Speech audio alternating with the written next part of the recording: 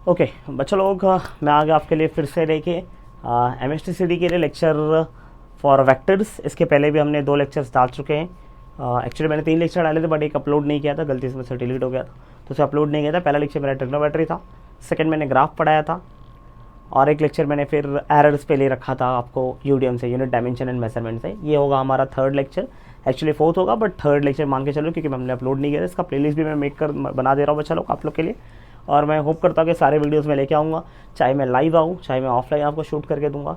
अगर मुझे टाइम मिलेगा, टाइम से अगर मैं ले पाऊँगा तो लाइव लूँगा, अदरवाइज अगर रात को अभी मैं 2 बजे शूट कर रहा हूँ वीडियो, तो फिर जाहिर सी बात है मैं लाइव लूँगा तो कोई मतलब नहीं है। तो इससे अच्छा मैं शूट करके बाद में आपको अपलोड कर दूँगा, चलेगा चलो। तो जैसा भी आपको कंटेंट मिलता रहेगा, आप लोग बने रहिए चैनल पर, है ना। अगर क्राउड अच्छा रहेगा तो मैं होप करता हूँ कि मुझे भी थोड़ी एनर्जी मिलेगी, बट अगर क्राउड नहीं आएगा तो शायद इतनी एनर्जी मुझे, क्योंकि सामने से एनर्जी मिलती है बच्चा, समझ में आ रहा है चलो, अरे है ना। ठीक है, तो अगर आपको वीडियो पसंद आए तो आप ज़्यादा से ज़्यादा शेयर करें वीडियो को, है ना, लोगों तक पहुँचाओ। जो भी एमएसटीसीडी के बैच है ये पूरा मुफ्त होने वाला है, कोई पैसे इसके चार्ज कर रहा हूँ नहीं आपको, ऐसा नहीं कोई बैच लॉन्च कर रहा हूँ कि इसके पैसे मांग रहा हूँ कि इतने 1000 रुपये या 500 रुपये या 1500 रुपये, ऐसा कोई चार्ज नहीं है, फ्री है। अगर आप लोग आओगे तो पूरे सब कुछ पढ़ा के दूँगा, वो भी फ्री ऑफ कॉस्ट, चलेगा बच्चे लोग, ठीक है। लेकिन बच्चे आने चाहिए, चलेगा। तो आज का हमारा टॉपिक है बच्चे लोग एमएसटीसीडी 2025 वेक्टर से बूस्टर बैच, जैसे कि आप जानते हैं, है ना। बूस्टर बैच, मैंने इस बैच को नाम दे रखा है। तो ये बूस्टर बैच को स्टार्ट करते हुए आज का लेक्चर है, ठीक है। क्या क्या करना है बच्चे लोग, अच्छा ये सब चीज़ें हमने 11th में कर रखा है, लेकिन क्या क्या चीज़ें हमको याद आनी चाहिए 11th की, जैसे स्केलर्स क्या होता है, वेक्टर्स क्या होता है। देखो मैं फटाफट बोलते जाऊँगा, है ना, फटाफट से बोलते जाऊँगा, फटाफट से कंटेंट खत्म करते जाऊँगा, क्योंकि मेरे को कंटेंट पढ़ाना भी है, साथ में क्वेश्चन सॉल्व कराना है। मैं आपके लिए क्वेश्चन लेके आया, लगभग 30 क्वेश्चन मेरे पास है आज। कितने क्वेश्चन है? 30 क्वेश्चन है, 30 क्वेश्चन सॉल्व करना है। उसके पहले मुझे कंटेंट आपको शॉर्ट में कंटेंट समझाना है। अब कंटेंट आपने एक बार पढ़ा हुआ है तो मैं इतना आपको डिटेल नहीं बताऊंगा, खाली ऊपर ऊपर से बोलते जाऊँगा, खाली आप लोग सुनते लेना। हर चीज़ में लिखने वाला नहीं हूँ, हाँ आपको लिखा हुआ चाहिए तो आप लोग खुद से लिख लेना, है ना। वैसे भी ऑलरेडी मैंने इसके लेक्चर्स अपलोड कर रखे हैं, अगर आप लोग जाओगे देखोगे तो मेरे चैनल पे ना मेरे पास एक प्लेलिस्ट बना हुआ है बेसिक मैथ्स का। बेसिक मैथ्स में जब तुम जाओगे ना बच्चे लोग, तो उसमें आई थिंक लेक्चर नंबर 22, 23 ऐसा कुछ तो है, 22 से लेके लास्ट 30 जो भी लेक्चर रहेगा, मतलब 22 के बाद से मेरे हिसाब से, जहाँ तक मुझे याद नहीं आ रहा, एग्जैक्ट नंबर मुझे नहीं याद है, बट शायद 22 लेक्चर्स के बाद, है ना, 22 लेक्चर्स ऑनवर्ड से हम लोग बोल सकते हैं पूरा का पूरा लेक्चर वेक्टर्स पे ले रखा है। तो मैंने 6-7 लेक्चर दे रखा है वेक्टर्स पर, उसमें पूरा डिटेल बताया, अच्छे से लिखा हुआ है सब कुछ। अगर आपको डिटेल नोट्स चाहिए तो आप लोग उस वीडियो को थोड़ा फास्ट करके उसका स्क्रीनशॉट ले लेना, आपको थोड़ा नोट्स भी मिल जाएगा। बट फिलहाल के लिए मैं फटाफट आपको समझाने का पूरा ट्राई करूँगा और लेक्चर को फटाफट खत्म करूँगा, चलेगा, है ना। कम समय में ज़्यादा जानकारी के लिए देखते रहिए पांडेस अकेडमी बूस्टर बैच एमएसटीसीडी 2025, चलेगा। ओके, स्टार्ट करते हैं लेक्चर्स को। सबसे पहले मुझे क्या बताना है आपको, देखते रहेंगे। सबसे पहले बच्चा लोग मुझे बस समझाना है कि स्केलर क्या होता है, वेक्टर क्या होता है कि नहीं, है ना। स्केलर क्या होता है और वेक्टर क्या होता है, मैं थोड़े पेजेस ऐड कर दे रहा हूँ फटाफट। स्केलर क्या होता है आपको पता होना चाहिए बेटा। क्वांटिटी क्या होती है बेटा, क्वांटिटी जिसको हम लोग मेजर कर सकते हैं उसको क्वांटिटी बोलते हैं। और quantity on the basis of data, किसके हिसाब से बच्चा लोग, डेटा के according, basis of data. Basis of data quantity मेरे पास कितने टाइप का होता है, 2 टाइप का, एक होता है बच्चा लोग स्केलर और दूसरा क्या होता है बच्चा लोग, वेक्टर। एक होता है स्केलर और दूसरा क्या होता है वेक्टर। आपको सबको पता है स्केलर के पास किस सिर्फ और सिर्फ क्या होता है बच्चा लोग, मैग्नीट्यूड होता है, उसको हम लोग बोलते हैं स्केलर। और जिसके पास मैग्नीट्यूड भी हो एज वेल एज डायरेक्शन भी हो, ऐसा क्या हो बच्चा लोग, ऐसा कोई क्वांटिटी जिसका मैग्नीट्यूड भी हो और क्या हो, डायरेक्शन भी हो, तो उसको हम लोग बोलते हैं कौन सी क्वांटिटी बेटा, वेक्टर क्वांटिटी, चलेगा बच्चा लोग। अभी मैं आपको और इसके डिटेल नहीं समझाऊंगा कि क्या वेक्टर होता है, स्केलर वेक्टर होता है, बेटर होता है कि वेक्टर बेटा। आपको समझ में सबसे ज़्यादा बेटर कौन सा होता है बेटा, वेक्टर होता है ना। अगर आपको किसी को डेटा देना है तो आप कौन सा डेटा दोगे, सिर्फ मैग्नीट्यूड दोगे तो मज़ा आपको आएगा नहीं, मैग्नीट्यूड के साथ डायरेक्शन दोगे तो ज़्यादा बेटर है। जैसे मैं आपको एक बहुत फालतू सा एग्जाम्पल दे रहा हूँ, जैसे आप अपने घर से बाहर निकले और मम्मी ने आपको फ़ोन किया, मम्मी बेटा तू कहाँ है, तो तू क्या बोल सकता है, चलो ये मम्मी मैं आपसे 300 मीटर दूर हूँ। अब मम्मी को 300 मीटर दूर है ये बोलना क्या सही डेटा है, ये इतना अच्छा डेटा नहीं है। लेकिन अगर आप बोल दो मैं आपसे 300 मीटर दूर मम्मी मॉल आया हूँ, तो मम्मी को क्लियर है ना 300 मीटर दूर एक ही मॉल है वहीं पर। तो अपने डायरेक्शन और मैग्नीट्यूड दोनों दोगे तो डेटा बहुत परफेक्ट रहेगा, है ना। तो on the basis of data 2 आप लोग दे सकता है, स्केलर डेटा दे सकता है या तो वेक्टर। स्केलर में क्या देता है सिर्फ मैग्नीट्यूड, और वेक्टर में क्या देता है बेटा, मैग्नीट्यूड के साथ क्या देता है, डायरेक्शन भी देता है, चलेगा चलो। ये हो गया हमारा पहला क्वांटिटी। अच्छा वेक्टर में क्या होता है, अगर मैं आपको बोलूँ वेक्टर, अगर जब हम लोग किसी को वेक्टर ड्रॉ करते हैं तो वेक्टर में आपको समझ में आता है वेक्टर हम लोग ऐसे ड्रॉ करते हैं। अब वेक्टर जब ड्रॉ करते हैं इसका इस पार्ट को हम लोग बोलते हैं टेल, क्या बोलते हैं बच्चा लोग, टेल। और इस पार्ट को हम लोग क्या बोलते हैं बेटा, हेड बोलते हैं, क्या बोलते हैं बेटा, हेड। तो वेक्टर के पास 3 चीज़ होता है, एक तो टेल होता है जहाँ से वो स्टार्ट होता है, एक होता है हेड, और तीसरा चीज़ होता है बेटा उसका लेंथ। क्या होता है बच्चा लोग, लेंथ।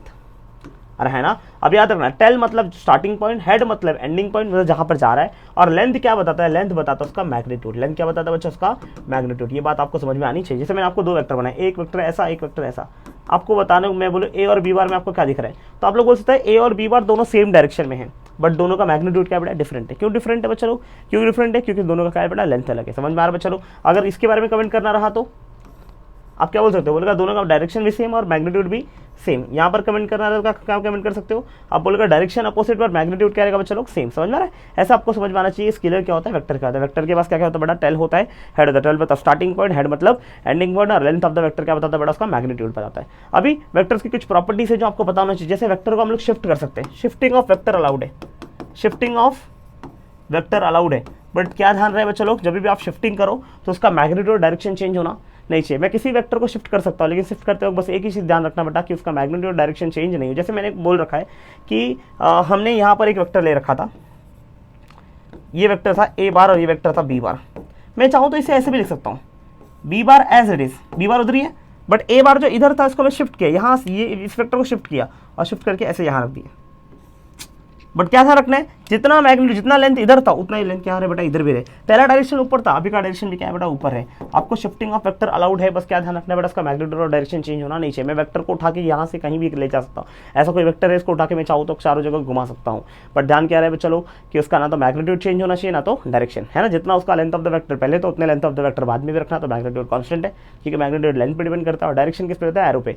वो जो आपका लेंथ वेक्टर ऐसे बना रहे हो, एक वेक्टर पहले ऐसे बनाया और उसको शिफ्ट किया आपने और शिफ्ट करते हुए ऐसे करते हैं, तो ऐसे शिफ्टिंग अलाउड नहीं है क्योंकि आपका डायरेक्शन पहले ऐसा था तो बाद में ऐसे ही लिखे। ऐसे आप चाहे उसको हॉरिजॉन्टल मूव करो चाहे उसको वर्टिकल मूव करो, कैसे भी मूव करते हैं, लेकिन याद रखना उसका डायरेक्शन जैसा था वैसे ही रहना चाहिए, उसका लेंथ क्या रहना वही चाहिए। तो शिफ्टिंग ऑफ वेक्टर भी अलाउड है। दूसरा, रोटेशन ऑफ वेक्टर भी अलाउड है। रोटेशन ऑफ वेक्टर समझते हैं आप, वेक्टर का रोटेशन भी कर सकते हैं, रोटेशन ऑफ वेक्टर भी अलाउड होता है। रोटेशन ऑफ वेक्टर क्या होता है, जैसे मैं आपको समझाता हूँ। मैंने बोला आपने वेक्टर ऐसा था, आप चाहो तो इस वेक्टर को एक बार रोटेट करके वापस वहीं पे लाओगे तो भी कोई फर्क पड़ने वाला। आपने रोटेट किया, कितने एंगल से रोटेट किया बेटा, पाई एंगल से, सॉरी 2 पाई एंगल से रोटेट किया है ना, 360 डिग्री कवर किया।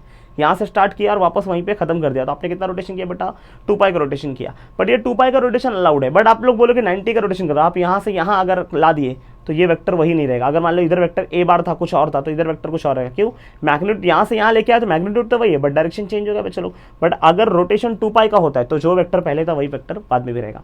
याद रखना, रोटेशन ऑफ वेक्टर में वेक्टर सेम कब रहेगा, जब रोटेशन कितने का होगा बेटा, 2 पाई। 360 का रोटेशन अगर कोई वेक्टर कर रहा है तो वेक्टर चेंज हुआ नहीं है। बट 360 को छोड़कर कुछ भी यार एंगल कवर किया तो समझ जाना वेक्टर क्या होगा बेटा, चेंज हो गया, है ना। शिफ्टिंग ऑफ वेक्टर भी अलाउड है। शिफ्टिंग ऑफ वेक्टर का टाइम क्या याद रखना बेटा, उसका मैग्नीट्यूड डायरेक्शन चेंज नहीं होना चाहिए। और रोटेशन ऑफ वेक्टर भी अलाउड है, उस समय भी क्या याद रखना, मैग्नीट्यूड डायरेक्शन चेंज नहीं होना चाहिए। और मैग्नीट्यूड डायरेक्शन कब चेंज नहीं होगा बच्चा लोग, जब वेक्टर कितना रोटेट करेगा, 2 पाई एंगल रोटेट करेगा, चलेगा बच्चा लोग। तो पहले 4 जो टॉपिक थे बच्चा, छोटे छोटे टॉपिक थे, उसको हमने उड़ा दिया। आ जाओ देख लो, तो देख लो मेरे शेयर, स्केलर्स खत्म, वेक्टर्स खत्म, shifting of vector, rotation of vector खत्म। अभी मेजरमेंट ऑफ एंगल कैसा सिस्टम है, चलो मेजरमेंट ऑफ एंगल कैसे करना है। अगर मैं आपको बोलूँ मेजरमेंट ऑफ एंगल आपको कहीं करना है तो मेजरमेंट ऑफ एंगल कैसे कर सकते हो। Measurement of angle between the 2 vectors, between the 2 vectors. अगर 2 वेक्टर के बीच में आपको एंगल मेजर करना रहेगा तो आप लोग कैसे मेजर करेगा चलो। तो कभी भी 2 वेक्टर के बीच में अगर एंगल मेजर करना रहा तो याद रखना, अगर कभी भी ऐसा हुआ तो उसका वेक्टर का टेल कोइंसाइड करवाना, या तो टेल कोइंसाइड होना चाहिए, या तो क्या कोइंसाइड होना चाहिए बेटा, हेड कोइंसाइड होना चाहिए। या तो दोनों का टेल मिलना चाहिए, या तो क्या दोनों का क्या मिलना चाहिए बेटा, हेड कोइंसाइड होना चाहिए। और जब भी ऐसा हुआ तो उनके बीच का जो एंगल रहेगा उसको बोल देना तुम लोग, क्या बोल देगा उसको बेटा, एंगल बिटवीन द 2 वेक्टर्स। जैसे मैंने आपको बोल रखा है ये एक वेक्टर ऐसा था, एक वेक्टर ऐसा था, क्या लगता है दोनों का टेल मिल रहा है कि नहीं मिल रहा है, मिल रहा है तो इनके बीच का जो एंगल रहेगा वो क्या रहेगा बेटा, एंगल बिटवीन द वेक्टर, चलेगा चलो। जैसे मैंने आपको बोल दिया कि एक वेक्टर ऐसा है, एक वेक्टर दूसरा वेक्टर ऐसा है, क्या दोनों का हेड मिल रहा है तो इनके बीच का जो एंगल होगा उसको बोलना तुम लोग एंगल बिटवीन द वेक्टर्स। समझ में आ रहा बच्चा। बट अगर कैसा ऐसा कभी केस देख लिया कि आपने बोला कि ऐसा है और यहाँ से ऐसा है, तो अब बता एंगल बिटवीन द वेक्टर क्या होगा, ये एंगल बिटवीन द वेक्टर हो सकता है कभी बच्चा, नहीं ये एंगल बिटवीन द वेक्टर्स नहीं होगा। तो उसको कोइंसाइड करना पड़ेगा। आप बोलोगे ये वेक्टर आपका, जैसे मान लो ए बार है, ये बी बार है, क्या मिल रहा है बेटा, एक का हेड मिल रहा है, एक का टेल। मैंने क्या बोला, दोनों का टेल मिलेगा तो भी चलेगा, दोनों का हेड मिलेगा तो भी चलेगा। तो यहाँ पर दोनों का टेल मिला तो उनके बीच का जो एंगल था थीटा, दोनों का हेड मिला उनके बीच का जो एंगल था वो थीटा है ना। लेकिन यहाँ पर क्या टेल मिल रहा है कि दोनों ना टेल मिल रहा है ना हेडेड मिल रहा है, एक का टेल एक का हेड, तो क्या करोगे उसको शिफ्ट करना पड़ेगा। इस वेक्टर को उठा के आप ऊपर लेके चले जाओ, जैसे मैंने बोला इस वेक्टर को उठा के अगर आप ऊपर लेके चले गए तो अब इनका क्या चल रहा है, अब ये वाला वेक्टर को सोचना नहीं आपको, ये वाले वेक्टर को सोचना नहीं आपको। अब सोचो कि ये दोनों वेक्टर क्या दिख रहा है, इसका भी टेल है इसका भी टेल है, दोनों का टेल है, इनके बीच का जो एंगल रहेगा वो थीटा रहेगा। तो अगर यहाँ पर ये थीटा दे रखा है तो एक्चुअल में आपके बीच का एंगल वेक्टर के बीच का एंगल कितना होगा बड़ा 180 माइनस थीटा होगा। तो कभी भी एंगल कैसे मेजर करना है बच्चा लोग, दोनों वेक्टर का टेल कोइंसाइड होगा तो मेजर करना, दोनों वेक्टर का हेड कोइंसाइड होगा तो मेजर करना, और अगर कोइंसाइड नहीं होगा तो कोइंसाइड करवाना। समझा, कोइंसाइड नहीं रहेगा तो क्या करना बेटा, कोइंसाइड करवाना।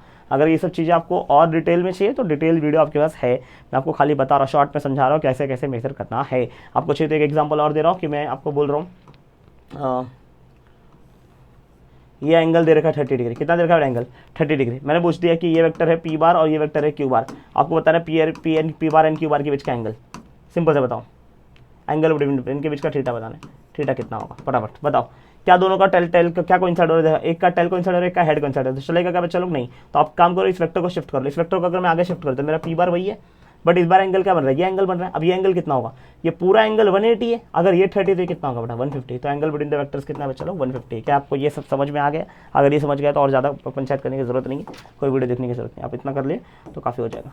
चलेगा, आ जाओ। मेजरमेंट ऑफ एंगल भी आपको होप करता समझ में आ गया रहेगा, समझ में आ रहा है। चलो मेजरमेंट ऑफ एंगल भी डन। अभी आपको बताता हूँ types of vector. Total 12 vectors होते हैं जो आपको पता होना चाहिए। टोटल कितने वेक्टर्स होते हैं बच्चा लोग, 12 वेक्टर। शॉर्ट में समझाते जाऊंगा, सबका सुनते जाना। सबसे पहला vector equal vector, parallel vector, फिर एंटी पैरेलल वेक्टर और नेगेटिव वेक्टर बताता हूँ। आ जाओ, इस बोर्ड पे मैं आपको समझाता हूँ कि इक्वल वेक्टर किसको बोलते हैं, व्हाट इज इक्वल वेक्टर और व्हाट इज पैरेलल वेक्टर, है ना। किसे कहेंगे इक्वल वेक्टर, किसे कहेंगे पैरेलल वेक्टर। समझो इक्वल वेक्टर किसको बोलते हैं बच्चा लोग, आपको समझ में आना चाहिए। इक्वल वेक्टर मतलब ऐसा वेक्टर जिसका क्या बड़ा मैग्नीट्यूड भी सेम हो, मैग्नीट्यूड भी सेम होना चाहिए और क्या होना चाहिए बड़ा डायरेक्शन भी सेम होना चाहिए। ऐसा वेक्टर जिसका मैग्नीट्यूड भी सेम हो और डायरेक्शन भी सेम, उसको बोलेंगे कौन सा वेक्टर बच्चा लोग, इक्वल वेक्टर।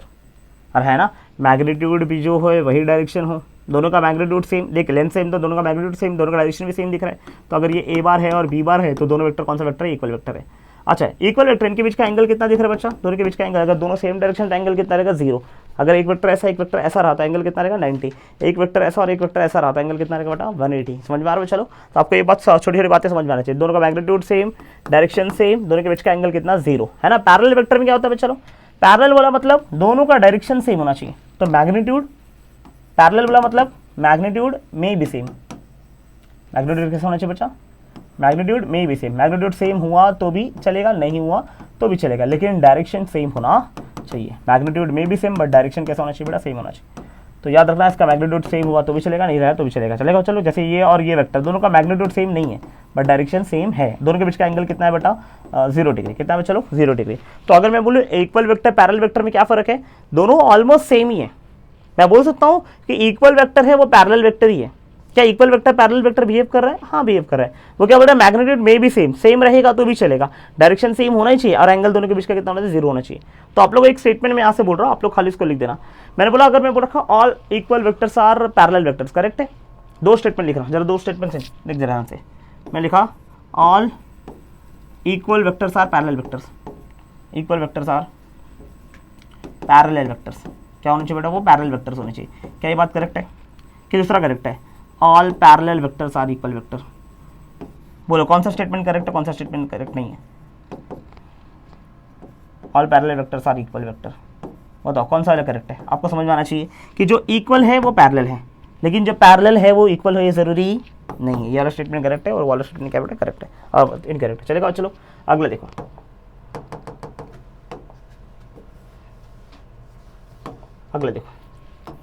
अगला देखो, मैं यहाँ पे समझा रहा हूँ आपको अभी एंटी पैरेलल और नेगेटिव वेक्टर। कौन सा वेक्टर बेटा, एंटी पैरेलल और कौन सा वेक्टर पे चलो नेगेटिव वेक्टर।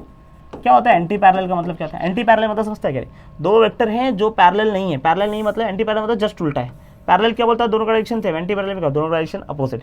यहाँ पर भी क्या बोल सकते हैं तुम लोग, मैग्नीट्यूड पैरेलल क्या बोलता था, मैग्नीट्यूड में भी सेम, ये भी बोलेगा मैग्नीट्यूड में भी same, magnitude may be same, but direction कैसा होना चाहिए, उसके अंदर डायरेक्शन सेम था, यहाँ पर डायरेक्शन कैसा होना चाहिए बेटा, ऑपोजिट। क्या होना चाहिए बेटा, ऑपोजिट। तो अगर डायरेक्शन अपोजिट और मैग्नीट्यूड में भी सेम हो तो बोलना तुम लोग कौन सा वेक्टर बेटा, एंटी पैरेलल। जैसे दो वेक्टर है, दोनों का मैग्नीट्यूड सेम दिख रहा नहीं है, बट डायरेक्शन कैसा दिख रहा है, अपोजिट दिख रहा है, तो कौन सा वेक्टर बेटा, एंटी पैरेलल वेक्टर। इनके बीच का एंगल कितना होगा बेटा, 180 डिग्री। अब नेगेटिव वेक्टर होता है, नेगेटिव वेक्टर में क्या होगा, अगर दो वेक्टर नेगेटिव वेक्टर एक दूसरे का नेगेटिव ले रहे हैं, मतलब दोनों का क्या बच्चा लोग, मैग्नीट्यूड सेम है। मैग्नीट्यूड क्या रहेगा बच्चा, सेम रहेगा।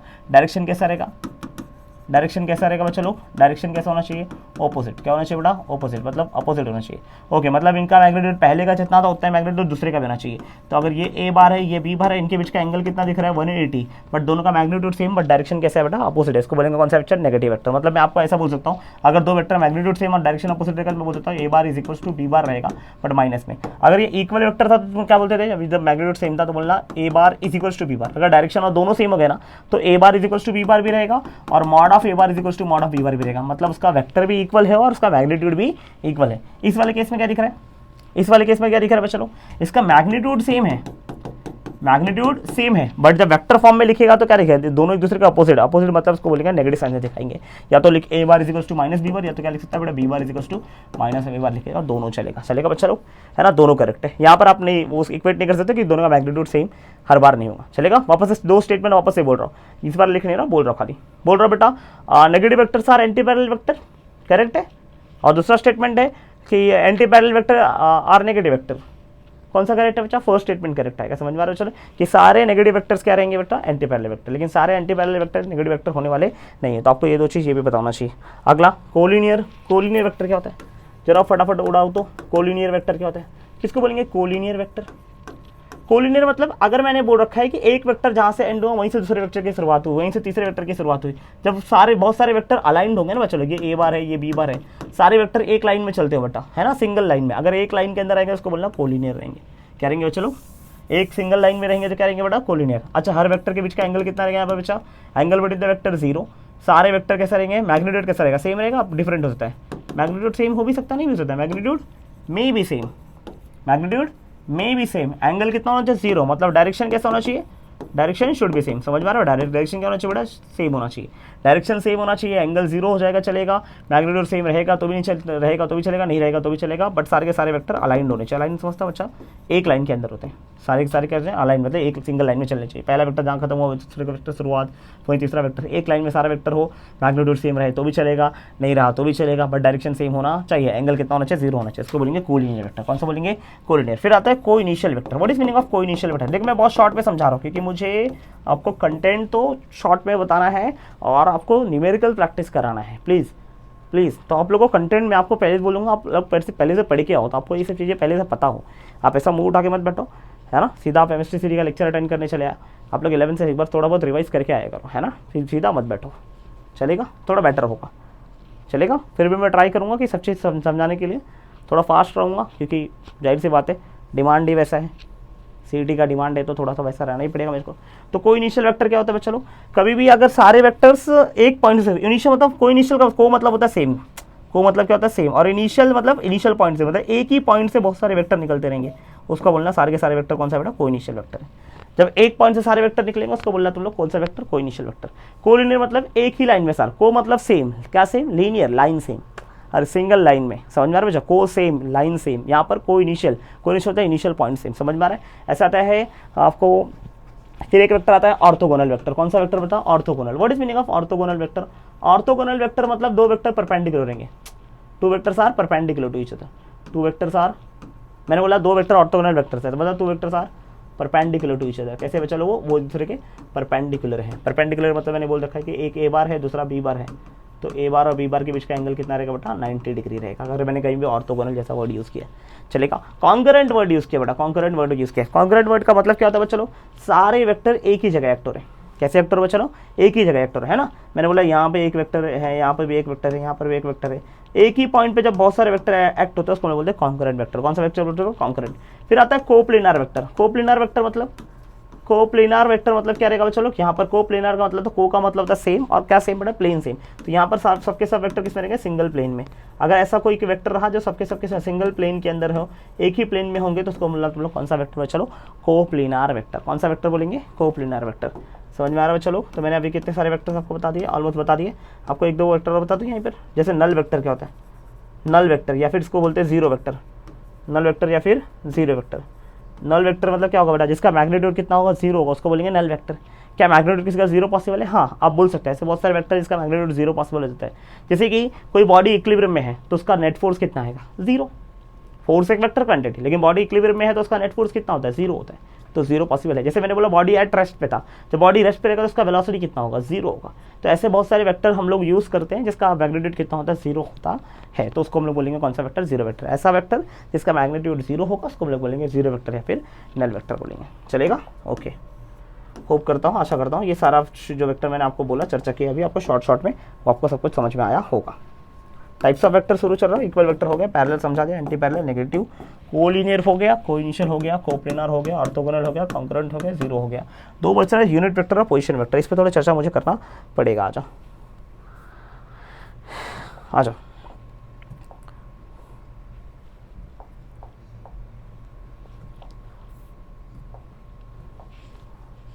समय देख रहा हूँ मैं, खाली लगभग 20 मिनट हो गए हमें लेक्चर लेते लेते। चलेगा? ओके, आ जाओ। व्हाट इज क्या बोला मैंने, यूनिट वेक्टर। यूनिट वेक्टर किसको बोलते हैं बेटा? यूनिट वेक्टर आपको बताना चाहिए। यूनिट वेक्टर का सबसे पहले तो ये, जैसे कोई यूनिट वेक्टर आप लोग आर कैप से दिखा रहे हो, तो यूनिट वेक्टर क्या होता है बेटा, आर कैप होता है। एक कैप से दिखाते हैं, इसको कैप पढ़ते हैं। यूनिट वेक्टर का फॉर्मूला कितना होता है, what is the formula for unit vector बच्चा लोग? तो यूनिट वेक्टर का फॉर्मूला होता है vector upon its magnitude. Vector upon its magnitude, vector upon its magnitude को हम लोग बोलते हैं बच्चा, क्या बच्चा, यूनिट वेक्टर, है ना। यूनिट वेक्टर क्या होता है, वेक्टर अपॉन इट्स मैग्नीट्यूड को यूनिट वेक्टर। जैसे मैंने बोल दिया वेक्टर मेरा आर बार मेरा वेक्टर है, उसका मैग्नीट्यूड है आर बार का मॉड, और यूनिट वेक्टर क्या होगा बच्चा लोग, आर कैप। ये आप लोग का फॉर्मूला समझ में आना चाहिए। अच्छा, तो ये फॉर्मूला हो गया, समझ आ रहा है। यूनिट वेक्टर क्या होता है, तो बोलना जिसका मैग्नीट्यूड कितना होता है बेटा, 1 होता है। जिसका मैग्नीट्यूड कितना होगा बेटा, इक्वल टू 1 यूनिट होगा। और दूसरा यूनिट वेक्टर का और एक काम है, it is use to give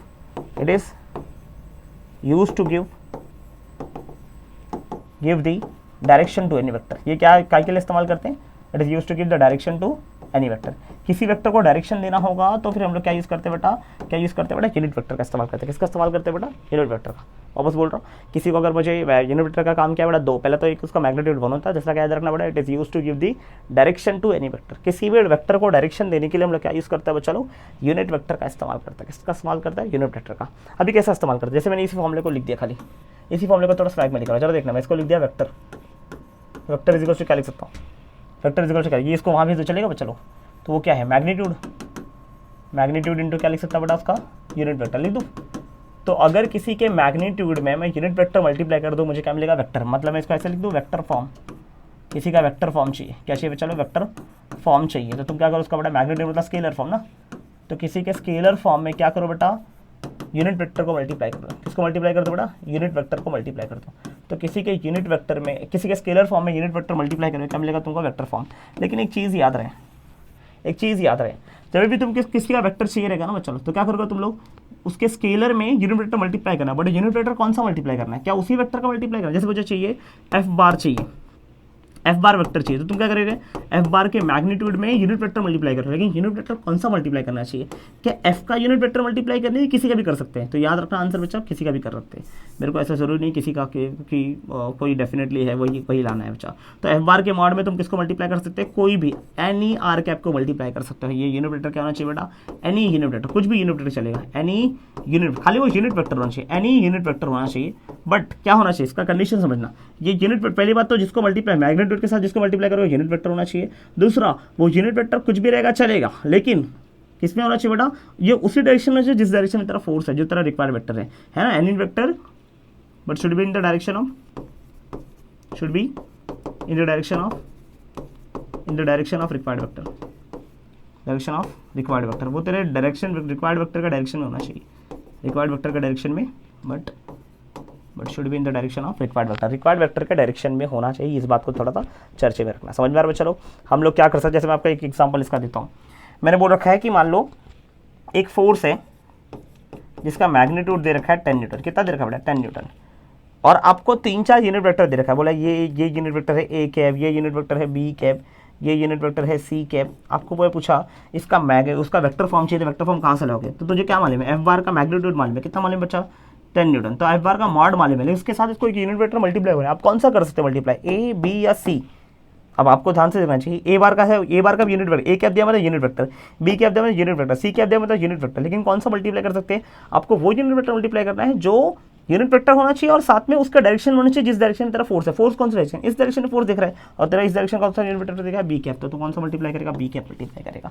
बस इतना याद रखना, जरूरी नहीं कि एफ हर बार एफ कैप ही हो, आपको कोई भी यूनिट वेक्टर रहेगा चलेगा। बस याद रखिए यहाँ रहे चलो कि वो यूनिट वेक्टर किसके डायरेक्शन होना चाहिए, in the direction of required vector होना चाहिए। इसका चाहिए तो और डिटेल वीडियो आप लोग देख सकते हैं मेरे चैनल पे, आपको मिल जाएगा। चलेगा बस चलो, अगला टॉपिक है पोजीशन वेक्टर। पोजीशन वेक्टर क्या होता है, पोजीशन वेक्टर मतलब, पोजीशन वेक्टर का मतलब क्या होता है, बहुत सिंपल शब्दों में समझाता हूँ कि हर एक पोजीशन को भी हम लोग डायरेक्शन दिखा सकता है। बट कैसे बच्चा लोग, उसके लिए मुझे एक रेफरेंस पॉइंट का इस्तेमाल करना पड़ेगा। किसका इस्तेमाल करना पड़ेगा, रेफरेंस पॉइंट। जैसे मैंने मतलब ये एक्स एक्सिस है, ये वाई एक्सिस है और ये जेड एक्सिस। जैसे मैं आपको बता रहा हूँ कि मैं जहाँ खड़ा हूँ ये भी एक रेफरेंस पॉइंट है। मैं अपने जहाँ पे मैं अभी एक जगह खड़ा हूँ, ये एक पोजीशन है, इस पोजीशन का डायरेक्शन मैं दे सकता हूँ। कैसे दे सकता हूँ, जैसे मुझे देना होगा तो मैं ऐसा बोलूँगा कि देखो मैं, जैसे अभी कोई ऐसा चीज़ जिसको डायरेक्शन किसको देना उसके हिसाब से वो चेंज हो सकता है। जैसे मैंने बोला कि मैं किसी को डायरेक्शन दे रहा हूँ और वो बंदा रहता है कि इंडिया में रहता है, इंडिया का आदमी है, तो उसको मैं डायरेक्शन दूंगा, कैसे दूंगा, मैं बोलूँगा कि यार मैं महाराष्ट्र में हूँ, तो पूछेगा महाराष्ट्र में किधर, मैं बोलूँगा महाराष्ट्र में मुंबई के पास पालघर जिला में एक स्टेशन आएगा नालासोपारा स्टेशन या वसई स्टेशन। मैं दोनों जगह से घर आता है तो फिर मैं दोनों बोल सकता हूँ, नालासोपारा भी वसई भी। तो चलो मान लो मैंने बोल दिया नालासोपारा स्टेशन, तो नालासोपारा स्टेशन में पूछेगा किधर, तो मैं बोलूँगा ईस्ट में किधर, तो मैं अपना जगह का नाम बोलूँगा कि अग्रवाल फायर ब्रिगेड के पीछे। अरे है ना, तो मैं एक एक करके डायरेक्शन देते जाऊँगा। मैं हर बार एक रेफरेंस पॉइंट यूज़ करूँगा। पहले मैंने रेफरेंस पॉइंट यूज़ किया महाराष्ट्र, फिर बोला मुंबई में पालघर में नालासोपारा में अग्रवाल नियर फायर ब्रिगेड से फिर अपनी बिल्डिंग का नाम बोलूँगा, है ना। फिर मैं बिल्डिंग का नाम बोलूँगा, फिर बोलूँगा इस बिल्डिंग के अंदर विंग कौन सा है ना, फिर इस विंग में कौन सा फ्लोर है, फिर वो फ्लोर पे जाऊँगा, फ्लोर पे बोलूँगा कौन सा वाला रूम नंबर है, उस रूम नंबर में मैं कहाँ खड़ा, अपने बेडरूम में खड़ा हूँ। तो मैं अपना डायरेक्शन दे सकता हूँ, किसी को अपना डायरेक्शन दे सकता हूँ। मैं एक पोजीशन का डायरेक्शन दिया है ना, बट स्टार्ट किया कैसे, एक रेफरेंस पॉइंट से। ऐसा रेफरेंस पॉइंट यूज़ करना जो सबको पता हो। अब मेरा किसी दोस्त जो इंडिया में रहता है उसको सबसे बेसिक चीज़ क्या पता रहेगा, महाराष्ट्र। सबसे पहले क्या बोलूँगा, उसको बोलूँगा महाराष्ट्र आ जा, महाराष्ट्र में मुंबई आ जा, मुंबई से कहाँ आ जा, पालघर जिला में नालासोपारा स्टेशन आ जा। नालासोपारा स्टेशन पहुँचेगा, बोलूँगा किधर आना है, तो बोलूँगा अग्रवाल आ जा। अग्रवाल में आ गए, कहाँ उतरूँ, बोलूँगा फायर ब्रिगेड उतर। फायर ब्रिगेड से कहाँ आना है, तो बोलूँगा मेरे घर का बिल्डिंग का नाम बोलूँगा, बिल्डिंग के नाम पे, बिल्डिंग के एड्रेस पहुँचेगा, फिर बोलूँगा ए विंग में आ, अरे ना विंग बोलूँगा। फिर मैं अपना फ्लोर बोलूँगा, फिर फ्लोर पे अपना रूम नंबर बोलूँगा, रूम नंबर पे आ गया तो फिर बोलूँगा बेडरूम में आ जा। कहानी खत्म हो गया। तो अपना पोजीशन मैंने बता दिया, लेकिन पोजीशन बताने के लिए मैं बार बार रेफरेंस पॉइंट यूज़ कर रहा हूँ। ऐसे में किसी भी कोऑर्डिनेट सिस्टम में भी किसी का पोजीशन बता सकता हूँ, लेकिन पोजीशन बताने के लिए मुझे एक रेफरेंस पॉइंट की जरूरत पड़ेगी और ऐसा रेफरेंस पॉइंट होना चाहिए जो वेल नोन रेफरेंस पॉइंट है। रेफरेंस पॉइंट कैसा ना, वेल नोन। जैसे मैंने जो भी पॉइंट इस्तेमाल किया वो सबको पता होना चाहिए, वहाँ पहुँच कर उसको पता चली जाएगा कि महाराष्ट्र में मुंबई किधर है, मुंबई में पालघर जिला मुंबई के पास कहाँ आता है, पालघर जिले में नालासोपारा किधर है, सब लोग पहुंच जाएंगे। नालासोपारा पहुंच गए तो उसके बाद मैं आपको बोल सकता हूँ अग्रवाल है, तो नालासोपारा पहुंचेंगे तो अग्रवाल वो आराम से सर्च कर सकता है।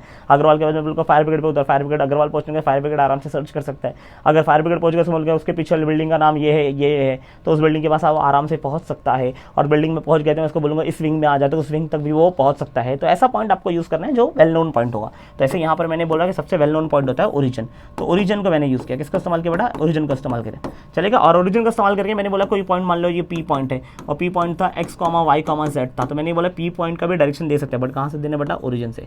तो ओरिजिन से मैंने बताया यहाँ से यहाँ तक का वेक्टर को बोलूँगा ओ पी बार, क्या रहेगा बेटा, O P bar. But O P bar की वैल्यू होती कितनी बच्चे लोग, अब इतना आपको पता होना चाहिए, पी बार माइनस ओ बार, मतलब final position minus initial position. Final position कितना है पी बार और इनिशियल पोजीशन कितना था ओ बार, पी बार माइनस ओ बार करते हैं। और पी बार माइनस ओ बार मतलब ओ बार तो ओरिजिन है, ओरिजिन का ऑलरेडी वेक्टर कितना 0 0 होता है, तो ये किसके इक्वल आएगा, पी बार के इक्वल ही आएगा। तो मेरा position vector O P bar किसके इक्वल आता है, पी बार के इक्वल आता है। और पी बार कितना दिख रहा है, अगर ये X comma Y comma Z दिख रहा है तो इसका आंसर कितना आएगा, X I cap plus Y J cap और जेड के कैप। जो कोऑर्डिनेट रहेगा वही आपको लिख देना है। जैसे मैंने आपको बोल रखा है कि मैंने बॉडी ए से बी मूव किया, कहाँ से कहाँ मूव किया बेटा, ए से बी मूव किया, चलेगा। ए का कोऑर्डिनेट दे रहा हूँ 2, 3, 5, 4 और बी का कोऑर्डिनेट दे रहा हूँ 1, 2, 3।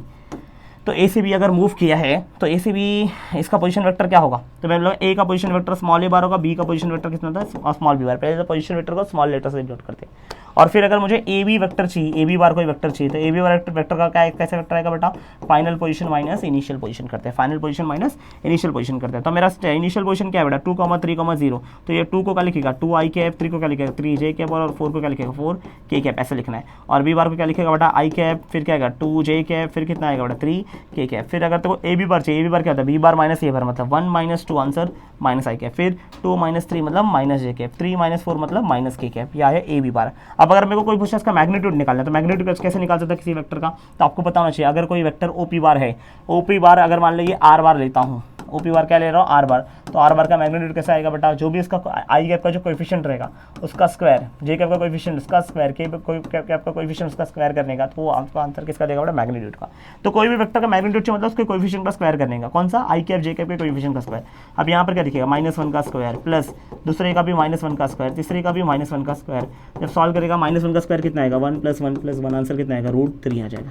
कितना आएगा, √3। तो ऐसे ऐसे फालतू सवाल आपको पोजीशन वेक्टर पे आने चाहिए। ये सब चीज़ें आपको पता होनी चाहिए। मैंने आपको जितना वेक्टर समझाया आपको सारे वेक्टर्स अभी तक पता होने चाहिए। अगर आपको ये आता है तो आपको एक क्वेश्चन मैं आपको दे रहा हूँ, ये देखो यहाँ पर एक क्वेश्चन लिख रखा है, ये आपका होमवर्क है। होमवर्क क्या भी कर लेता हूँ मैं सॉल्व।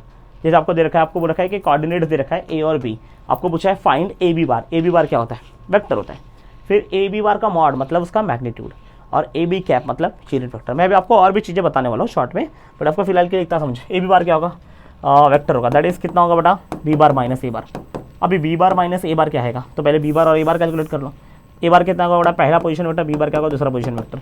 ए बार कितना दिख रहा है, 3 6 1, तो 3 आई कैप प्लस 6 जे कैप प्लस के कैप आएगा। समझ में आ रहा है बेटा। दूसरा वाला कितना दिख रहा है बेटा, 9 6 9 ना, 9 6 9 मतलब पहला कितना आएगा, 9 आई कैप प्लस 6 जे कैप और प्लस 9 के कैप। अब मेरे को पूछा था ए बी बार, तो ए बी बार की वैल्यू कितनी है, सबसे पहला question A B bar, that is B bar minus A bar. B bar minus A bar मतलब 9 - 3 6 आई कैप, 6 - 6 0 जे कैप, और लास्ट में कितना 9 - 1 कितना आएगा, 8 के कैप।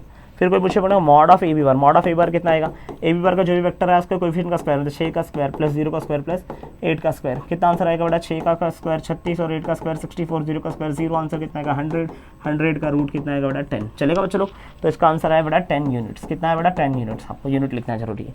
फिर आएगा A B cap, what is A B cap, unit vector. What is formula for the unit vector, unit vector का फॉर्मूला था जिसका यूनिट वेक्टर चाहिए उसका वेक्टर अपॉन उसका मैग्नीट्यूड, जिसका वेक्टर है ना, यूनिट वेक्टर का ये फॉर्मूला था, वेक्टर अपॉन इट्स मैग्नीट्यूड, तो जिसका चाहिए उसका वेक्टर अपॉन उसका मैग्नीट्यूड। तो वेक्टर कितना आया बच्चों लोग, वेक्टर आया है 6 आई कैप प्लस 8 के कैप, क्योंकि जे कैप नहीं था। और नीचे कितना है, मैग्नीट्यूड कितना है बेटा 10 आया है। तो आप लोग चाहो तो लिख सकते हो 6/10 और 8/10, 6/10 आई कैप और 8/10 जे के कैप। आप चाहो तो इसको भी सिंप्लीफाई कर सकते हो, 6/10 को लिख सकते हो 3/5 आई कैप, और उसको क्या लिख सकते हो बेटा 4/5 जे कैप लिख सकते हो। अब ये यूनिट वेक्टर है, आपको चाहिए तो उसको सॉल्व करके देख लो। ये है यूनिट वेक्टर ना, यूनिट वेक्टर मतलब उसका मैग्नीट्यूड इक्वल 1 आना चाहिए। तो ए बी कैप का मैग्नीट्यूड निकाल के देख लें कितना है। ए बी है कितना, 3/5 ना, 3/5 का स्क्वायर मतलब 9/25, 4/5 का स्क्वायर मतलब 16/25। दोनों का मैग्नीट्यूड सॉल्व कर, बेस सेम तो 25 नीचे, 9 + 25 25 कैंसिल, आंसर कितना आएगा √1, √1 मतलब आंसर कितना आएगा 1, मतलब तेरा आंसर करेक्ट है। आप चाहते हैं क्रॉस चेक कर सकता है ना। ये करने का एग्जाम में ज़रूरत नहीं है आपको। अगर सिर्फ यूनिट वेक्टर पूछा तो यूनिट वेक्टर जाना है, खाली मैं आपको चेक कराया कि ये देखो जो आपका आंसर आया उसका आंसर, उसका मैग्नीट्यूड जब निकाला तो कितना अगर आ रहा आंसर बेटा 1 आ रहा है। तो आपने सारा कुछ कर लिया जो वेक्टर्स के बारे में बताना है, टाइप्स ऑफ वेक्टर आपका हो गया। चलेगा।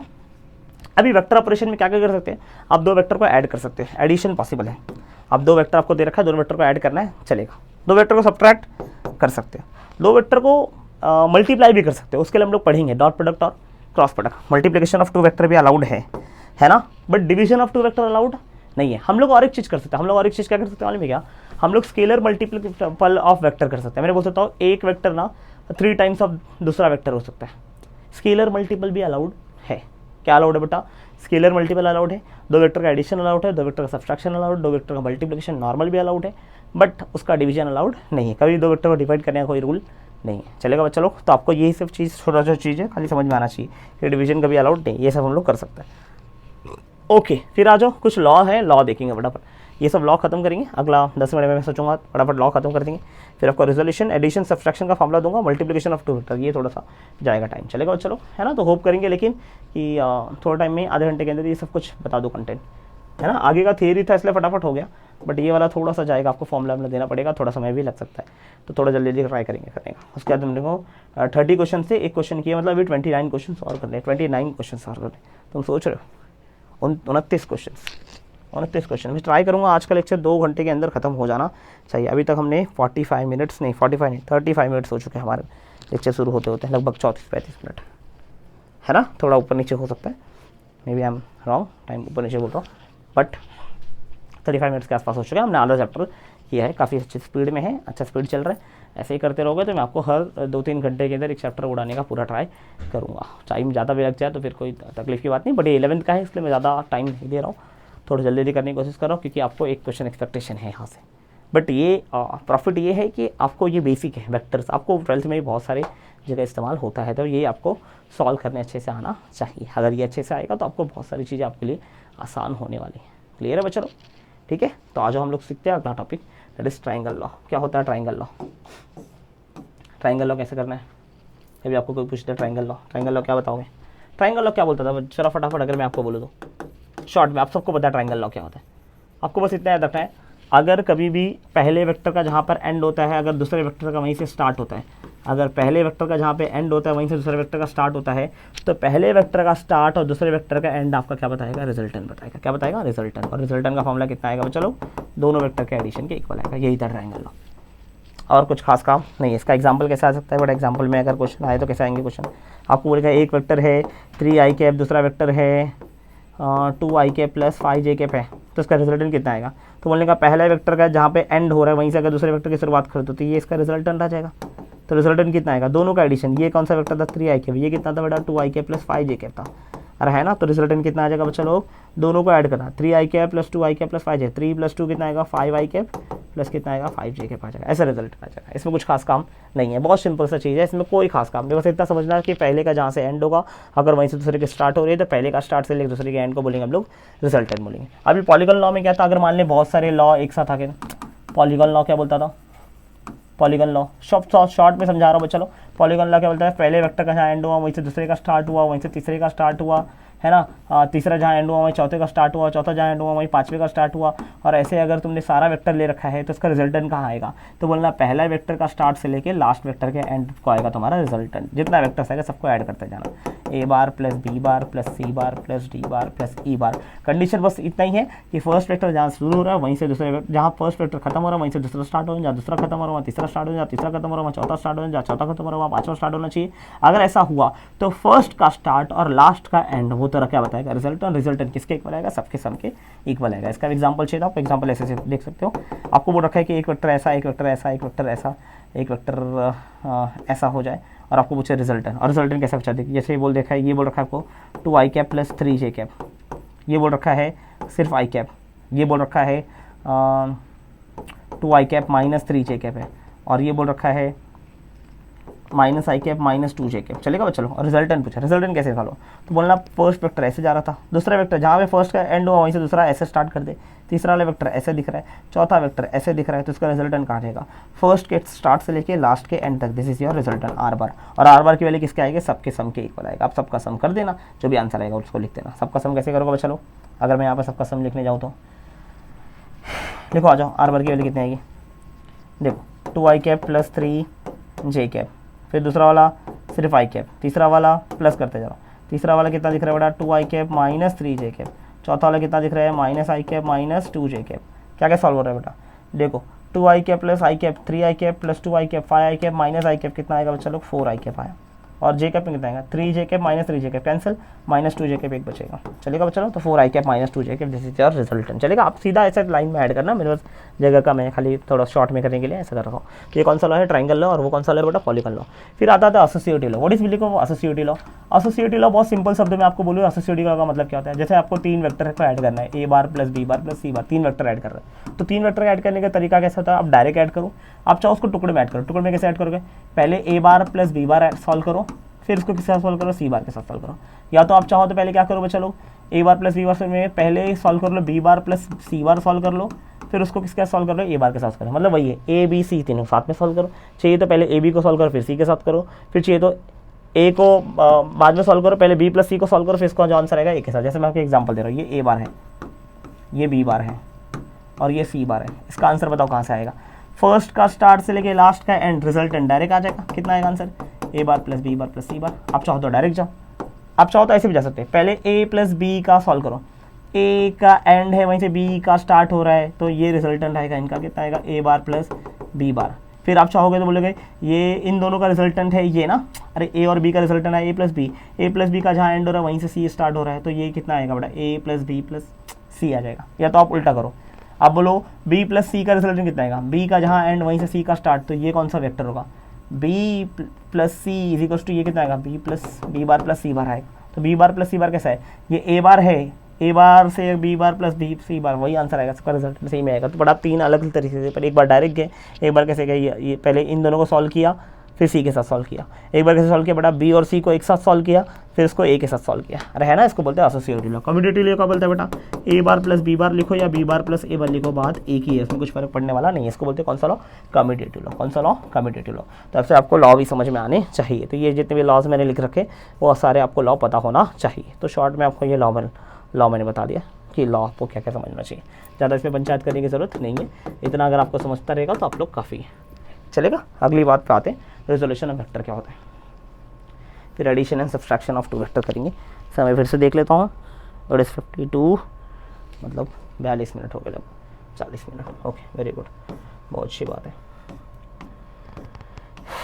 आ जाओ, अभी हमको क्या करना है, अभी हमको करना है resolution of two vectors. Resolution of two vectors कैसे करेंगे हम लोग, resolution of two vector, resolution of vectors कैसे करना है बच्चा लोग, तो आपको समझना चाहिए वेक्टर को रिजॉल्व कैसे करते हैं बच्चा लोग। तो आपको बहुत सिंपल सा समझाऊंगा। अगर ये आर बार है, इसको रिजॉल्व करना है तो आपको दो चीज़ समझ में आना चाहिए। एक तो जो वेक्टर रिजॉल्व करना है वो कौन सा वेक्टर है, और दूसरा उसका जब कौन से कंपोनेंट में रिजॉल्व, जैसे मैंने बोल रखा है ये कंपोनेंट, एक ये कंपोनेंट है, तो आपको कोई भी एक एंगल बताऊँ। जैसे मैंने आपको बोल दिया कि ये एंगल थीटा है, तो इसका कौन सा कंपोनेंट होगा, आर कॉस थीटा होगा, और ये कौन सा कंपोनेंट होगा, आर साइन थीटा होगा। ये आपको समझ में आता होगा। ये आपको मैं शॉर्ट में आपको बहुत डिटेल बता सकता हूँ, बट आपको शॉर्ट में समझाने का मैं इतना ही समझाऊंगा कि किसी वेक्टर को रिजॉल्व करना है तो आपको एक क्या बताना चाहिए, एक तो वो वेक्टर बताना, पहला तो वेक्टर बताना चाहिए, और दूसरा क्या कंडीशन बताना चाहिए कि आपका वेक्टर एंड एंगल, आपको एक क्या एक वेक्टर पता हो जाए, एक थीटा। अगर मैं आर बार दे दिया और ये थीटा देता, अपनी पटक से बता दीजिए आर कॉस थीटा हो जाएगा और ये आर साइन थीटा हो जाएगा, इतना आपको समझ में आता होगा। चलेगा, तो आपको पता चाहिए एक वेक्टर पता होना चाहिए और एक एंगल पता होना चाहिए। बट एंगल किसके बीच का, एंगल पता होना चाहिए, angle between the vectors, between the vector and it's one of the component, it's one of the component, कोई भी एक कंपोनेंट के बीच का वेक्टर पता, एंगल पता होना चाहिए। अरे है ना, मैं आपको समझा दे रहा हूँ वेक्टर से। ये मैं आपको बहुत डिटेल में बता सकता हूँ, बट मैं आपको इतना समय बर्बाद नहीं करूँगा। बस आपको इतना समझना है कि जैसे मानो आपको बोल रखा है कि मैंने ये एक वेक्टर है एफ बार, इसको रिजॉल्व करना है दो कंपोनेंट में, एक कंपोनेंट ये है, एक कंपोनेंट ये है। आपको समझ में आना चाहिए, एक कंपोनेंट साइन होता है, एक कंपोनेंट कॉस होता है।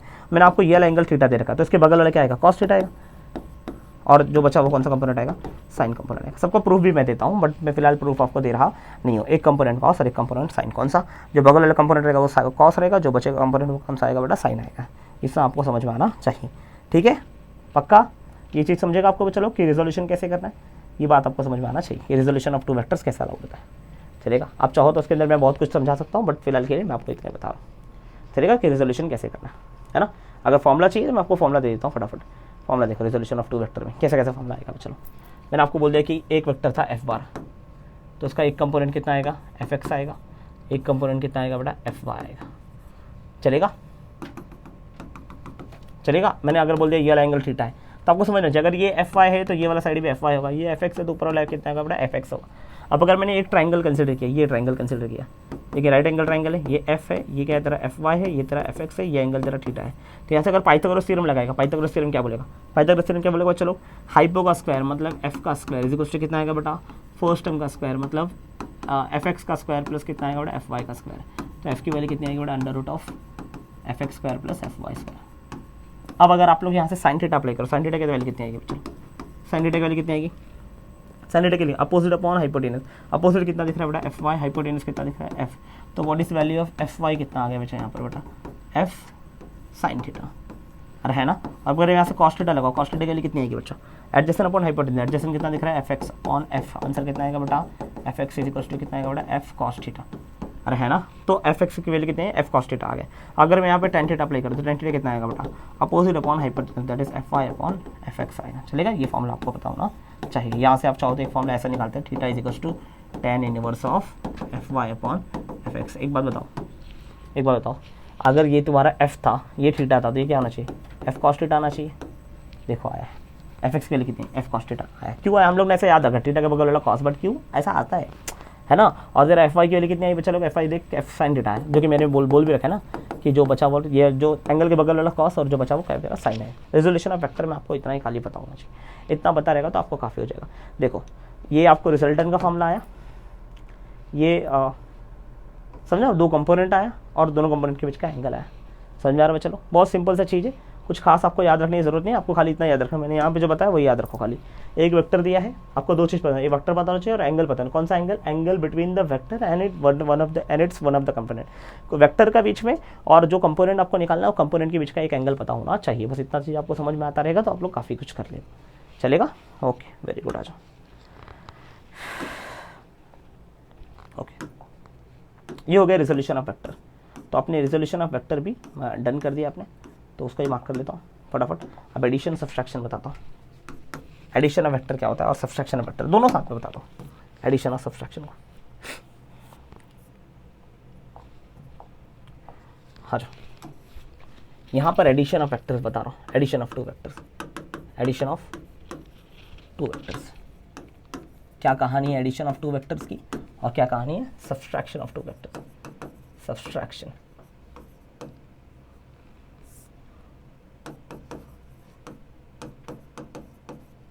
सब्सट्रैक्शन नहीं तो सब्ट्रैक्शन होता है। सब्ट्रैक्शन ऑफ टू वेक्टर है ना, एडिशन ऑफ टू वेक्टर और subtraction of two vector. Addition of two vector में क्या होता है, जैसे मैंने बोल रखा है कि ये है एक वेक्टर और ये है दूसरा वेक्टर, ये है मेरा ए बार और ये है कौन सा, चलो बी बार, और इनके बीच का एंगल है मेरा थीटा। क्या बचा? थीटा। तो इनका रिजल्टेंट कहाँ जाएगा? इनका रिजल्टेंट जाएगा सेंटर में, और है ना, रिजल्टेंट का सेंटर में जाएगा। अब रिजल्टेंट जब जाएगा, समझा, यहाँ पे मैं इसको पैरेललोग्राम बना ले रहा हूँ। क्या बना रहा है बेटा? एक पैरेललोग्राम लॉ भी था, पता है ना। पैरेललोग्राम लॉ क्या बोलता है बच्चा? अगर ए बार और बी बार दो साइड्स ऑफ पैरेललोग्राम बिहेव करेंगे तो पैरेललोग्राम को जो डायगोनल होगा क्या बिहेव करेगा? उसका रिजल्टेंट। और रिजल्टेंट किसके इक्वल आएगा बेटा? A bar plus B bar के इक्वल आएगा। तो यहाँ पर रिजल्टेंट आता है A bar plus B bar. और यहाँ पर वो सेम रिजल्टेंट कैसा आता है? चलो यहाँ पर कैसा होता है? एक्चुअल में यहाँ पर होता है कि ये आपका दिया है A bar, but B bar आपको इधर नहीं दिया है, बी बार आपको उल्टा दे रखा है। बी बार आपको उल्टा दे रखा है, बट आपने आंसर फॉर्मूला पढ़ रखा है ऐसे। तो ये अगर आपने यहाँ पर अगर ड्रॉ किया तो ये अगर बी बार है तो ये उसके जस्ट अपोजिट वेक्टर साथ ड्रॉ किया है, तो ये कौन सा वेक्टर होगा बड़ा? Minus B bar. तो इसका रिजल्टेंट अगर आपने निकाला, क्या निकाला? उसका रिजल्टेंट अगर आपने निकाला गलती से, तो इसका रिजल्टेंट कैसे जाएगा? चलो ऐसे जाने वाला है। तो ये रिजल्टेंट आएगा आर बार। बट इस बार अगर आर बार का मैं वेक्टर फॉर्म लिखूँ, कौन सा फॉर्म लिखूँ बेटा? वेक्टर फॉर्म लिखूंगा। तो वेक्टर फॉर्म कैसा है? जैसे इसका वेक्टर फॉर्म कैसा था, यहाँ पे आपने वेक्टर फॉर्म अगर पढ़ा, बड़े प्यार से पढ़ा रहेगा यहाँ वेक्टर फॉर्म। तो यहाँ पर वेक्टर फॉर्म आपको कैसे आएगा? चलो यहाँ वेक्टर फॉर्म बहुत सिंपल तरीके से है। आपने बोला कि अगर जब भी ऐसा केस है, एक वेक्टर ऐसा एक वेक्टर ऐसा, डायगोनल दोनों का रिजल्टेंट इसका प्लस इसका रिजल्टेंट आएगा, that is A bar plus B bar. यहाँ पर भी सेम आएगा, डायगोनल उन दोनों का रिजल्टेंट। बट इस बार डायगोनल कैसा है? चलो आपको ये ए बार था, ये बी बार था, और आपको रिजल्टेंट अगर इस पैरेललोग्राम में चाहिए तो ये बी बार का कौन सा कंपोनेंट है? माइनस अपोजिट कंपोनेंट लेना पड़ेगा। जब आप अपोजिट कंपोनेंट लोगे तो ये बी बार तो माइनस बी बार, तो इन दोनों का सम, किसका सम? इसका प्लस इसका सम आएगा। इसका एक क्या है बेटा? ए बार है, बस दूसरा कितना है बेटा? Minus of B bar. तो A bar plus minus B, plus और माइनस बी बार कितना आएगा? चलो प्लस और माइनस बी बार कितना आएगा? तो बोल देना आर बार के लिए कितना आएगा बेटा? A bar minus of B बार आएगा। चलेगा? इसका वेक्टर फॉर्म था। मैग्नीट्यूड फॉर्म कितना होता है बेटा दोनों का? दोनों का मैग्नीट्यूड फॉर्म कैसा होता है? जब दो वेक्टर ऐड होता है, दो वेक्टर ऐड होता है तो उसका मैग्नीट्यूड कैसा आएगा? इसका मैग्नीट्यूड कितना? आर बार का मॉड लिखना है। क्या लिखना है बेटा? आर बार का मॉड। अब मैग्नीट्यूड का इक्वेशन आपको फॉर्मूला बताना चाहिए। पहला क्या होता है बेटा? A square plus B square plus 2ab cos theta होता है। और जब यहाँ पर आता है तब इसका मैग्नीट्यूड कैसा होता है? चलो इसका मैग्नीट्यूड कैसा होता है? इसका मैग्नीट्यूड फॉर्म में आंसर कैसा आएगा? आर बार का। आर बार का मैग्नीट्यूड कैसा होता है बेटा? मैग्नीट्यूड, ये इसका वेक्टर फॉर्म है, ये इसका मैग्नीट्यूड फॉर्म बता रहा हूँ। मैग्नीट्यूड फॉर्म कितना आएगा? जब ए बार माइनस बी बार होता है तो लिखना ए का स्क्वायर प्लस बी का स्क्वायर, इधर माइनस आ जाएगा, minus 2ab cos theta. Minus 2ab कितना आएगा बेटा? Cos theta. समझ रहा है? माइनस 2ab क्या आएगा बेटा? Cos theta. कॉस थीटा मतलब वो ए और बी के बीच का एंगल। यहाँ पर थीटा क्या है बेटा? ए और बी के बीच का एंगल है। आपको ये बात समझ में आना चाहिए। ये इसका वेक्टर फॉर्म, ये कौन सा फॉर्म बेटा? Magnitude form. यहाँ पर ये वेक्टर फॉर्म और ये क्या रहेगा? उसका मैग्नीट्यूड फॉर्म रहेगा। चलेगा? पक्का? क्लियर है? Okay very good. अच्छा, अगर ये पता चल गया आप लोगों को तो अभी पैरेललोग्राम लॉ थोड़ा डिस्कस कर लेता हूँ। पैरेललोग्राम लॉ क्या बोलता है? पैरेललोग्राम लॉ क्या बोलता है? एक्चुअली पैरेललोग्राम लॉ पे ही हम लोग ने उसको कैलकुलेट किया था, बट आपको समझाया मैंने दो वेक्टर एडिशन, वेक्टर सब्सट्रैक्शन कैसा होता है। वेक्टर एडिशन मतलब एक वेक्टर ऐसा एक वेक्टर ऐसा। वेक्टर सब्सट्रैक्शन मतलब पहला वेक्टर ऐसा दूसरा वेक्टर ऐसा, बट तेरे को रिजल्टेंट चाहिए इस वाले का। तो अगर तूने ये बी बार लिया तो ये उसका जस्ट उल्टा मतलब अपोजिट डायरेक्शन में कितना? माइनस बी बार आएगा। तो इन दोनों का आंसर जो आएगा उसको बोलना A bar minus B bar का था आर बार, और यहाँ पर आर बार क्या था बेटा, A bar plus B bar था। इनका ये इसका वेक्टर फॉर्म, तो मैग्नीट्यूड कितना आ जाएगा, सीधा सीधा अंडर रूट में A square plus B square plus 2ab cos theta, वहाँ पर कितना आएगा माइनस 2ab cos थीटा, बस इतना सा फर्क आएगा, आप लोग ध्यान रखना, चलेगा। चलो आ जाओ, मैं आपको पैरेललोग्राम लॉ समझाता हूँ। पैरेललोग्राम लॉ क्या बोलता है कि देखें यहाँ पर मैंने 3 चीज़ दे रखा है, ये दे रखा है ए बार, ये दे रखा है मैंने बी बार, और इसका अगर मैंने पैरेललोग्राम बनाया तो इसका रिजल्टेंट क्या जाएगा, ये जाएगा इसका रिजल्टेंट, दैट इज आर बार, और आर बार कितना आएगा, इन दोनों का सम के इक्वल आएगा, that is A bar plus B bar के इक्वल है। Very good. अच्छा, ए और बी के बीच का एंगल मैं अज्यूम करता हूँ थीटा, कितना एंगल अज्यूम कर रहा हूँ, थीटा। थीटा क्या है चलो, एंगल है, किसके बीच का एंगल बेटा, angle between A bar and B bar. Theta एक एंगल है, किसके बीच का एंगल बच्चा, angle between A bar and B bar. दूसरा देखो, एक एंगल ये बना रहा हूँ, चलो ये एंगल को मैंने बोल दिया अल्फा, और ये वाला एंगल को बोल दिया मैंने बीटा। तो अल्फा एंड बीटा क्या है, अल्फा क्या है बच्चा लोग, अल्फा है एंगल बिटवीन, किसके बीच का एंगल बेटा, ए बार और आर बार के बीच का angle, angle between A bar and R बार। और जो बीटा है, बीटा क्या है चलो, ये भी एक एंगल है, किसके बीच का एंगल बच्चों, angle between B bar and R bar, B bar and R bar, चलेगा चलो, ओके वेरी गुड। अभी अगर मैं ध्यान से देखूँ, यहाँ पर एक ट्रायंगल आपको दिखेगा बच्चों, ट्रायंगल दिख रहा है, नहीं दिख रहा है ना, बना रहा हूँ, देख ध्यान से आप दिखेगा। अब आपको समझ, अगर ये बी बार तो ये वाला वेक्टर भी क्या रहेगा, बी बार रहेगा, ये ए बार तो ऊपर वाला वेक्टर क्या रहेगा, ए बार रहेगा। अच्छा, आपको समझाना ये वाला एंगल कौन सा है, ये वाला एंगल कैसा दिख रहा है, देख ये एंगल कितना है, ए बार और बी बार के बीच का एंगल है ना, तो ये साइड तो ए बार की है, तो वापस ए बार और बी बार के बीच का एंगल कितना होगा, ए और बी के बीच का एंगल कितना, थीटा। तो ये एंगल कितना रहेगा, थीटा। अगर ये एंगल थीटा ले लिया तो थीटा का बगल वाले कंपोनेंट, ये वाला कंपोनेंट क्या आएगा बेटा, बी कॉस थीटा आ जाएगा, अरे है ना, और ये वाला कंपोनेंट कितना आएगा, बी साइन थीटा आ जाएगा। आप करके भी देख लेना, चलेगा, सॉल्व करके देख लेना एक बार, चलिए करके दिखाओ तो आपको सब अच्छे से समझना। इसको एक्स अज्यूम कर और उसको वाई अज्यूम कर, और मैं ट्राइंगल साइड बगल पे ले रहा हूँ, ठीक है, समझाने के लिए ले रहा हूँ खाली। अगर ये एक्स है, ये बी है, ये थीटा है, बताओ क्या कराओगे, और ये वाई है, तो आपको क्या आएगा, अगर आपने कॉस थीटा लगाया, कॉस थीटा कितना आएगा बेटा, एडजेसेंट अपॉन हाइपोटेनस, मतलब X upon B is equals to cos theta. तो what is value of X, B cos theta, मैंने वही तो बोला, एक्स के लिए कितने आएगी, ये वाले वैल्यू कितना आएगा, बी कॉस थीटा आएगा, चलेगा। तो आपको ये बात समझ में आना चाहिए। ऐसे वाई कितना आएगा, चलो आप लोग साइन थीटा लगा दो, साइन थीटा लगाओ, साइन थीटा कितना आएगा, अपोजिट अपॉन हाइपोटेनस, अपोजिट कितना दिख रहा है, वाई और हाइपोटेनस कितना दिख रहा है, बी, तो वाई के लिए कितना आएगा बेटा, बी साइन थीटा आएगा। मैंने वही तो बोला कि बी कॉस थीटा, तो कितना आएगा बी साइन थीटा। आपको इतना समझ में आना चाहिए, अब ये लिखना नहीं है, आपको खाली समझना है। तो ट्राइंगल, आपको ये ट्राइंगल याद होना चाहिए, जो ट्राइंगल मैंने अभी बनाया ना यहाँ पर, ये ट्राइंगल पता होना चाहिए। एक्चुअल में आपने जो फॉर्मूला है ना, फॉर्मूला किया ना, फॉर्मूला भी पढ़ा, ए बार प्लस बी बार का फॉर्मूला पढ़ा ना, ए बार प्लस बी बार का फॉर्मूला, मैग्नीट्यूड का फॉर्मूला कितना आया था उसका, A square plus under root of A square plus B square plus 2ab cos theta पढ़ा, या A square plus B square minus 2ab cos theta पढ़ा। वो कहाँ से आया था, यहीं से इसका प्रूफ हुआ था, है ना।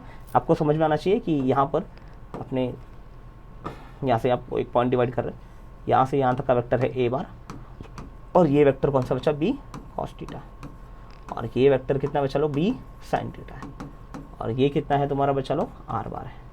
अब यहाँ से तुम चाहो तो आर को डिवाइड कर सकते हो। अब अगर मैं यहाँ पे ये बोल दूँ आपको, ये एंगल कौन सा बेटा, ये एंगल अल्फा है, देखो ये एंगल कौन सा बेटा, अल्फा।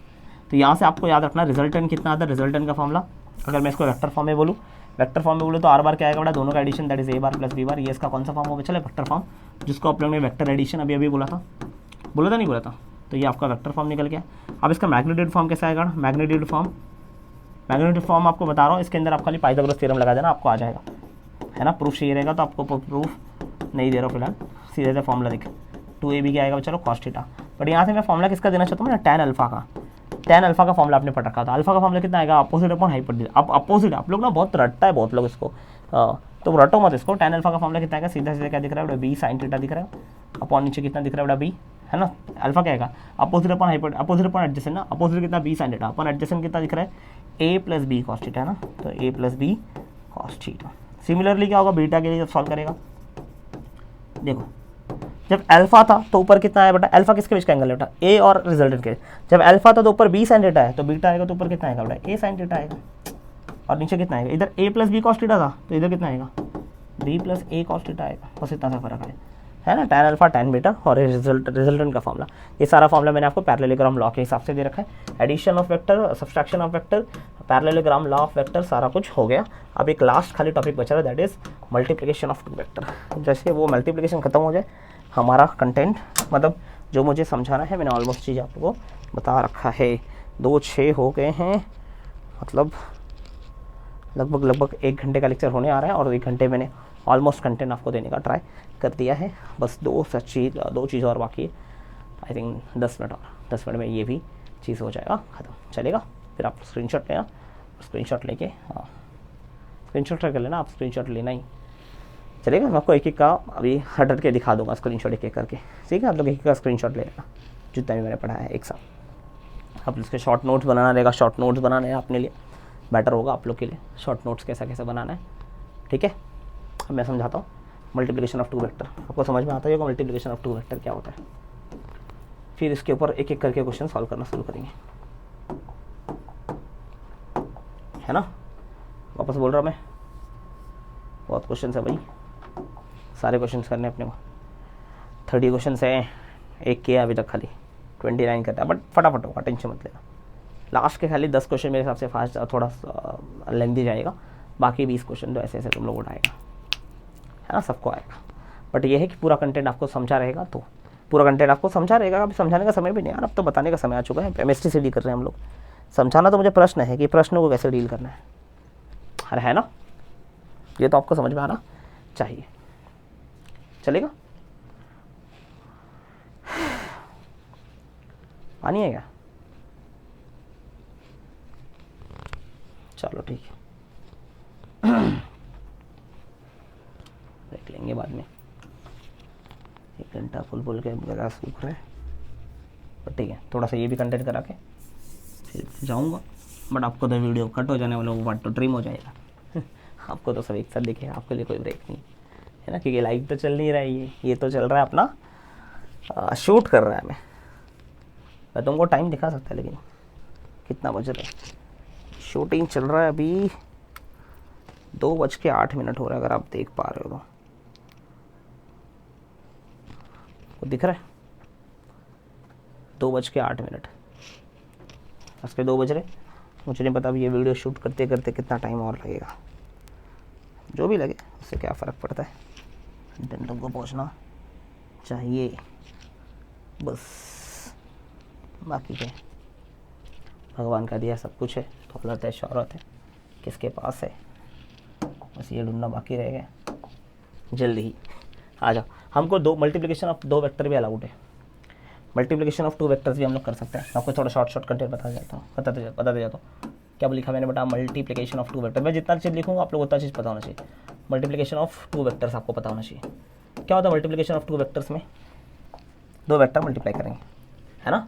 बट 2 वेक्टर जब भी मल्टीप्लिकेशन करो तो याद रखना कि वो जो 2 वेक्टर है ना, चलो वो 2 वेक्टर कैसे होना चाहिए। मैं आपको 2 वेक्टर का डेटा दे रहा हूँ, 2 वेक्टर का डेटा दे रहा हूँ।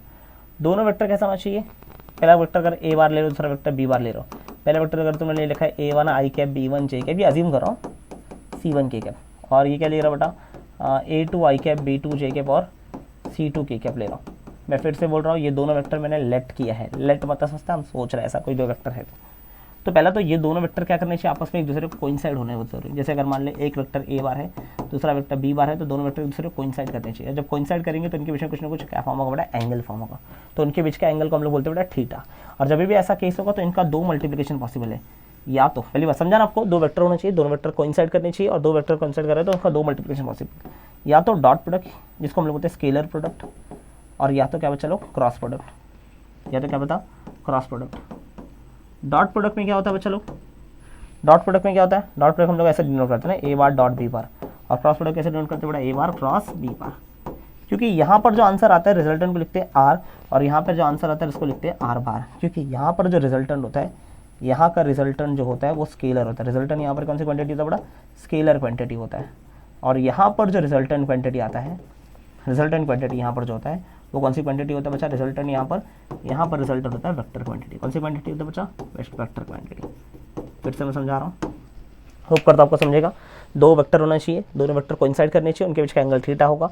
जब 2 वेक्टर को मैंने मल्टीप्लाई डॉट प्रोडक्ट यूज़ करूँ मतलब उसका आंसर स्केलर रहेगा, तब डॉट प्रोडक्ट। अगर आंसर वेक्टर रहेगा तो क्या यूज़ करना बच्चा, क्रॉस प्रोडक्ट यूज़ करना। चलेगा, इतना आपको बेसिक सा डेटा पता होना चाहिए। अगर ये पता है तो हम लोग आगे बढ़ सकते हैं। चलो आ जाओ, करते हैं क्या करना। आ जाओ, यहाँ पे मैं पूरा का पूरा बता रहा हूँ कहानी डॉट प्रोडक्ट, किसका बच्चा, डॉट प्रोडक्ट का। और यहाँ पर कहानी बताऊँगा बेटा किसके लिए, क्रॉस प्रोडक्ट के लिए। एक जगह डॉट प्रोडक्ट समझा रहा हूँ, एक जगह आप समझा रहा हूँ बेटा क्रॉस प्रोडक्ट समझा रहा हूँ। डॉट प्रोडक्ट और क्रॉस प्रोडक्ट। आ जाओ, डॉट प्रोडक्ट को हम लोग क्या बोलते हैं, और स्केलर प्रोडक्ट बोलते हैं। और यहाँ पर क्या होना चाहिए, यहाँ पर जो ए बार और बी बार जो वहाँ लिया था वहीं ए बार और बी बार यहाँ पर भी होना चाहिए। दोनों जगह ए बार और बी बार की वैल्यू क्या होगी बेटा, सेम ही होगी, अलग अलग मैं कुछ ले रहा नहीं हो। खाली यहाँ पर वेक्टर फॉर्म कैसा आएगा चलो, यहाँ पर वेक्टर फॉर्म कैसा आता है, यहाँ पर वेक्टर फॉर्म कैसा होता है बेटा, A bar dot B bar S R. और यहाँ पर वेक्टर फॉर्म कैसा होता है, यहाँ पर वेक्टर फॉर्म का दो फॉर्मूला है। कितना फॉर्मूला है बेटा, दो फॉर्मूला है। एक तो तुम लोग पढ़ता है बेटा कि A bar cross B bar is equal to are bar, चलेगा। और इधर ए बार डॉट बी बार, जब डॉट प्रोडक्ट हटता है तो इसका मैग्नीट्यूड आता है, चलेगा चलो। बट यहाँ पर कैसा होता है, इसका वेक्टर फॉर्म और एक है। वेक्टर फॉर्म कैसा है बच्चा, कैसा और एक है चलो। अगर तुमने इसको ले रखा है A1 आई कैप B1 जे कैप C1 के कैप लिया है, और यहाँ पर क्या लिखा है बेटा A2 आई कैप B2 जे कैप और C2 के कैप ले रखा है। सेम सिमिलरली यहाँ पर भी लेना है, ये सेम ही टर्म रहेगा। A1 आई कैप मैंने ले रखा है, B1 जे कैप ले रखा है और C1 के कैप। ये मैंने लेट कर रहा हूँ मैं, चलो लेट कर रहा हूँ, लेट समझता ना, अजीब करा कैसे दो वेक्टर्स हैं जिनका कुछ तो मैग्नीट्यूड रहेगा, ऐसा रहेगा बच्चा, है ना। तो वेक्टर फॉर्म इसका दो है, क्रॉस प्रोडक्ट वेक्टर फॉर्म दो, ए बार क्रॉस बी बार। ए बार क्रॉस बी बार किसके इक्वल आता है बेटा, डिटरमिनेंट के इक्वल। डिटरमिनेंट क्या होता है, डिटरमिनेंट 3/3 का होता है, जिसमें पहला रो जो होता है वो होता है आई कैप जे कैप और के कैप। दूसरा क्या होता है चलो, फर्स्ट जो होता है ना फर्स्ट वेक्टर, उसका कोएफिशिएंट कितना है चलो, A1 B1 C1। और सेकंड क्या होता है बेटा, ये थर्ड रो क्या होता है, सेकंड का कोएफिशिएंट दैट इज A2 और B2 और क्या आएगा चलो C2। आपको ये बात समझ में आना चाहिए। तो ये वेक्टर फॉर्म है क्रॉस प्रोडक्ट के लिए, और वेक्टर फॉर्म है डॉट प्रोडक्ट के लिए। अगर मैं मैग्नीट्यूड फॉर्म बोलूँ यहाँ पर और मैग्नीट्यूड फॉर्म बोलूँ वहाँ पर, तो दोनों का मैग्नीट्यूड फॉर्म कैसा होता है चलो, मैग्नीट्यूड फॉर्म कैसा होता है फिर चर्चा करते रहेंगे। मैग्नीट्यूड फॉर्म कैसा होता है, इसका मैग्नीट्यूड फॉर्म कैसा होता है, डॉट प्रोडक्ट हटा दो, डॉट प्रोडक्ट हटाओगे क्या लिखते हैं, ये ए बार डॉट बी को ऐसे लिखते हैं, mod of A bar mod of B bar into cos of theta into cos of theta. ये इसको लिखा डॉट प्रोडक्ट हटाने के बाद। या तो तुम इसको चाहो तो ऐसे भी लिख सकते हो, मॉड ऑफ ए बार लिखो या ए लिखो, ए बी कॉस थीटा लिखो, दोनों का मतलब क्या होता है, सेम ही होता है। दोनों का मतलब क्या होता है, सेम होता है। मॉड ऑफ ए बार लिखो या ए लिखो, मॉड ऑफ बी बार लिखो या बी लिखो, एक ही बात हुई। यहाँ पर कैसा होता है वेक्टर फॉर्म, वेक्टर फॉर्म यहाँ पर सॉरी यहाँ पर मैग्नीट्यूड फॉर्म कैसा होगा चलो, इसको लिखेगा आर बार का मॉड दैट इज ए बार का मॉड इंटू बी बार का मॉड, इधर क्या आता है बेटा साइन थीटा आता है। या तो इसको ऐसे लिखो, या तो तुम चाहो तो इसका मैग्नीट्यूड ऐसे भी लिख सकते हो। कैसे लिख सकते हो बेटा, R is equals to A B sine theta, ये भी चलेगा। ओके, इसका और एक मैग्नीट्यूड का फॉर्मूला होता है बेटा। क्या मैग्नीट्यूड का फॉर्मूला इसका और क्या होता है बेटा, जब तुम लोग इसका डॉट प्रोडक्ट मल्टीप्लाई करते हैं, डॉट प्रोडक्ट लिखता है और दोनों वेक्टर मालूम होता है, तो तुमको ये बताना चाहिए कि दोनों वेक्टर का जो आई का कोएफिशिएंट, जे का कोएफिशिएंट और के का कोएफिशिएंट मल्टीप्लाई करेगा तो वो किसके इक्वल आता है, डॉट प्रोडक्ट के इक्वल आता है। A1 A2 B1 B2 plus C1 C2 के इक्वल आता है। तो ये आपको बताना चाहिए कि उनका डॉट प्रोडक्ट का मैग्नीट्यूड ऐसे भी आता है। दोनों वेक्टर का कोएफिशिएंट को मल्टीप्लाई करोगे, ऐड करोगे तो क्या आएगा, जो भी आंसर आएगा उसका डॉट प्रोडक्ट का मैग्नीट्यूड आएगा। चलेगा चलो, यहाँ पर मैग्नीट्यूड फॉर्म एक ही है, यहाँ पर मैग्नीट्यूड फॉर्म दो है।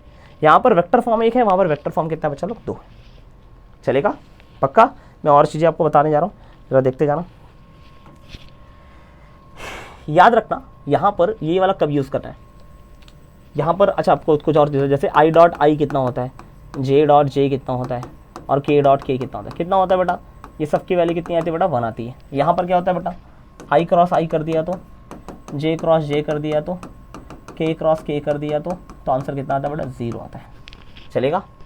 यहाँ पर आई डॉट जे हुआ, जे डॉट के हुआ और के डॉट आई हुआ, तो इसका आंसर कितना आता है बेटा, 0। यहाँ पर कैसा होता है बेटा, उल्टा हो जाता है। आई क्रॉस जे की वैल्यू कितनी आएगी, जे क्रॉस आई की वैल्यू कितनी आएगी, आई क्रॉस जे और जे क्रॉस आई दोनों सेम होता नहीं है। यहाँ पर मैं और आपको चीज़ समझाता हूँ। मैंने बोला जे बार क्रॉस के बार बोला और के कैप क्रॉस आई कैप बोला, ये सब की वैल्यूज़ होंगी सेम। उल्टा यहाँ पर के कैप क्रॉस जे कैप और ये आई कैप क्रॉस के कैप, ये सब की वैल्यूज़ होती है। अब सब की वैल्यूज़ कैसे होती है, उसके लिए इसको समझाने के लिए आपको समझाता हूँ, छोटी छोटी चीज़ें जो आपको बताता हूँ। ठीक है, मैं आपको थोड़ा नीचे समझाता हूँ, यहाँ पर जगह नहीं, स्पेस नहीं तो वही समझाता हूँ, बट समझो। एक चीज़ याद रखना, ए बार डॉट बी बार लिखो या बी बार डॉट ए बार लिखो, इससे कुछ फ़र्क पड़ने वाला यहाँ पर नहीं है, दोनों सेम आता है। लेकिन यहाँ पर ऐसा नहीं होता। यहाँ पर ए बार क्रॉस बी बार और बी बार क्रॉस ए बार दोनों इक्वल टर्म नहीं है, याद रखना, दोनों इक्वल चीज़ नहीं है, दोनों सेम नहीं आते। तो ये किसके इक्वल आता है, तो याद रखना ए बार क्रॉस बी बार और बी बार क्रॉस ए बार का मैग्नीट्यूड सेम है। क्या सेम है, मैग्नीट्यूड, बट डायरेक्शन में दोनों अपोजिट होने के कारण मैं ऐसा लिख देता हूँ A bar cross B bar is minus time B bar cross A बार।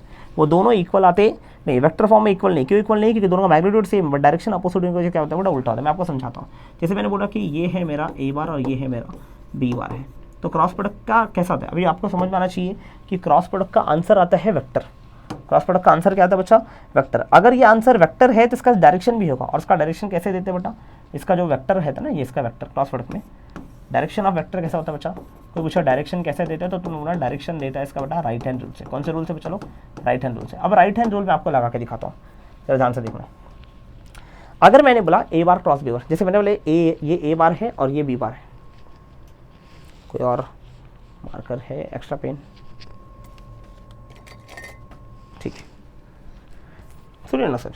जैसे मैंने बोला ये ए बार है और ये बी बार है, चलेगा, कौन सा है, ये मान लें ये मेरा पहला वाला वेक्टर ए बार है और दूसरा वाला वेक्टर बी बार है, ए बार बी बार, फिर से ये ब्लैक वाला ए बार, ये वाला ब्लू वाला बी बार है, ये ए बार बी बार है। तो अगर मैंने ए बार क्रॉस बी बार जाए, ए से बी जाना ना, तो हम लोग को राइट या तो ऐसे घुमाएंगे हाथ या तो ऐसे घुमाएंगे। देख अगर मैं ऐसे घुमा रहा हूँ मतलब मैं बोल रहा हूँ ये बी था, बी से ए गया, बी से ए गया तो कहाँ जाएगा ऊपर, और ए से बी गया तो कहाँ जाएगा बेटा नीचे। तो अगर मैं ऊपर जा रहा हूँ तो ऊपर कब जाए बेटा, बी से ए गया तो ऊपर, मतलब ऊपर वाला वेक्टर कौन सा था बेटा, बी बार क्रॉस ए बार है, और नीचे वाला वेक्टर कौन सा है बेटा, ए बार क्रॉस बी बार है।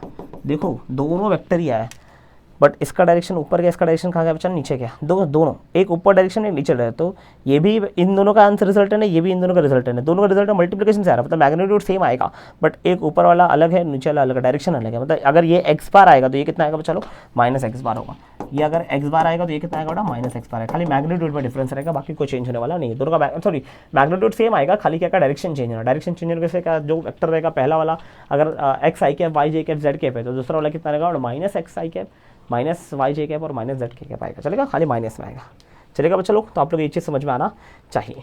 अच्छा बहुत अच्छी बात है, याद रखना कि डॉट प्रोडक्ट जीरो कब होगा, डॉट प्रोडक्ट किस पर डिपेंड करता है, कॉस थीटा पे ना, कॉस थीटा जीरो कब होता है, जब थीटा 90 होगा ना बच्चा लोग, तो कॉस 90 कितना आता है बच्चा लोग, कॉस 90 आता है जीरो, कॉस 90 जीरो आता है, मतलब if vectors are perpendicular, if two vectors are perpendicular, if two vectors are perpendicular, गलती से भी दो वेक्टर परपेंडिकुलर हो गए तो याद रखना उनका डॉट प्रोडक्ट कितना आएगा बच्चा लोग, जीरो आएगा। डॉट प्रोडक्ट जीरो मतलब ए बी कॉस थीटा भी क्या आएगा बच्चा लोग, जीरो आएगा। A B cos theta zero आया मतलब A1 A2 B1 B2 C1 C2 की वैल्यू कितनी आएगी बच्चा लोग, जीरो के इक्वल आएगा। किससे इक्वेट करेगा, जीरो से इक्वेट करना, अगर दो वेक्टर परपेंडिकुलर है, समझ रहे। ऐसे यहाँ का भी आंसर अभी निकाल लो, एक मिनट सॉरी यार, इट्स ओके, मज़ा आया मुझे, ठीक है ओके। यहाँ पर जरा इसकी बात भी कर लो, तो ये कैसे करेंगे सॉल्व को। जैसे आई क्रॉस जे क्या होता है, जैसे मान लो ये एक्स एक्सिस है, ये वाई एक्सिस है और ये जेड एक्सिस है, एक्स वाई और जेड, ये आई cap J cap K cap.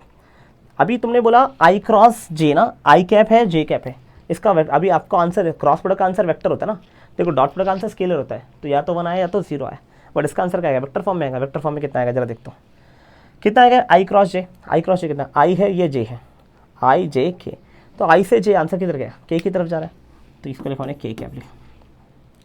फिर दूसरा है जे क्रॉस आई, ये जे है और सॉरी जे क्रॉस के, ये जे है क्रॉस के, जे से के जा रहा, कहाँ जा रहा आंसर बेटा, आई की तरफ, इसका आंसर है आई।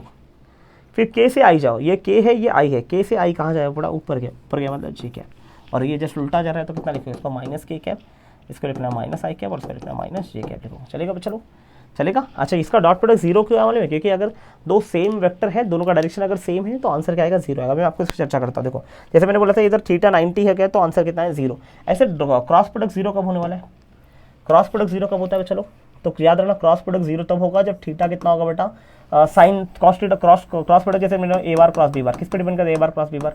ये जीरो कब होगा, ये जीरो तब होगा जब A B sine theta zero होगा। अभी साइन थीटा जीरो कब होता है चलो, साइन थीटा कब जीरो होता है जब थीटा जीरो होता है, मतलब इफ थीटा इज जीरो तो cross product zero, A B sine theta zero, A B sine theta zero मतलब वो determinant zero, I cap J cap K cap that is A1 B1 C1 that is A2 B2 C2 की value कितने है कि zero आएगी। लेकिन ये कब होगा जब एंगल जीरो, एंगल जीरो कब होगा बेटा, तो याद रखना if the two vectors are vectors are parallel ना, पैरेलल रहेगा तो क्या रहेगा, एंगल जीरो ना बेटा। तो अगर दो वेक्टर पैरेलल दे रखा है तो उनका एवरेज का एंगल कितना आएगा, जीरो आएगा, और एंगल जीरो तो क्रॉस प्रोडक्ट जीरो। जैसे आई क्रॉस आई मतलब दो सेम वेक्टर के बीच में ना, दो सेम वेक्टर मतलब दोनों पैरेलल वेक्टर का आंसर कितना आएगा, जीरो। जे क्रॉस जे आंसर कितना आएगा, जीरो। के क्रॉस के आंसर कितना आएगा बेटा, जीरो। तो आपको ये छोटी छोटी चीज़ें हैं जो आपको पता होना चाहिए, जो भी हम लोगों ने लिखा है यहाँ पर देखना, आई क्रॉस आई, जे क्रॉस जे, के क्रॉस के, आंसर कितना है, जीरो है। तो ये सब चीज़ आपको पता होना चाहिए। इतना चीज़ पता रहेगा ना तो आप लोग मेरे हिसाब से काफ़ी कुछ कर लेगा, कुछ आपको और जानने की ज़रूरत नहीं है। इतना आपको पता होना चाहिए सीईटी के लिए। किसके लिए बेटा, सीईटी के लिए, फिजिक्स में इतना पता होना चाहिए, चलेगा। नहीं तो उसके अंदर अभी तो हमें और भी कुछ चीज़ें हैं जो बताना है मेरे को, जैसे स्केलर प्रोजेक्शन क्या होता है, वेक्टर प्रोजेक्शन क्या होता है, बट आपको सीईटी के लिए इसका यूज़ नहीं आएगा, चलेगा। तो इतना अगर आपने कर लिया है तो आपने काफ़ी कुछ कर लिया है, चलेगा। मैं आपको फटाफट सबका स्क्रीनशॉट दे रहा हूँ, आप लोग फटाफट सबका स्क्रीनशॉट लेंगे और बढ़ेंगे आगे।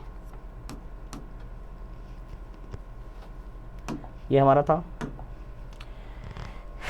वेक्टर्स बूस्टर बैच, पहला स्क्रीनशॉट लेते जाओ स्क्रीनशॉट। 3 2 1 3 2 1 3 2 1 3 2 1 3 2 1 3 2 1 3 2 1 3 2 1 3 2 1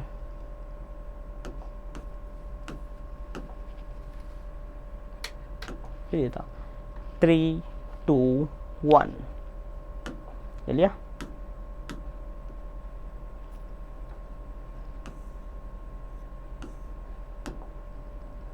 फिर अगला था ये पेज 3 2 1, अगला था ये पेज 3 2 1, पेज 3 2 1,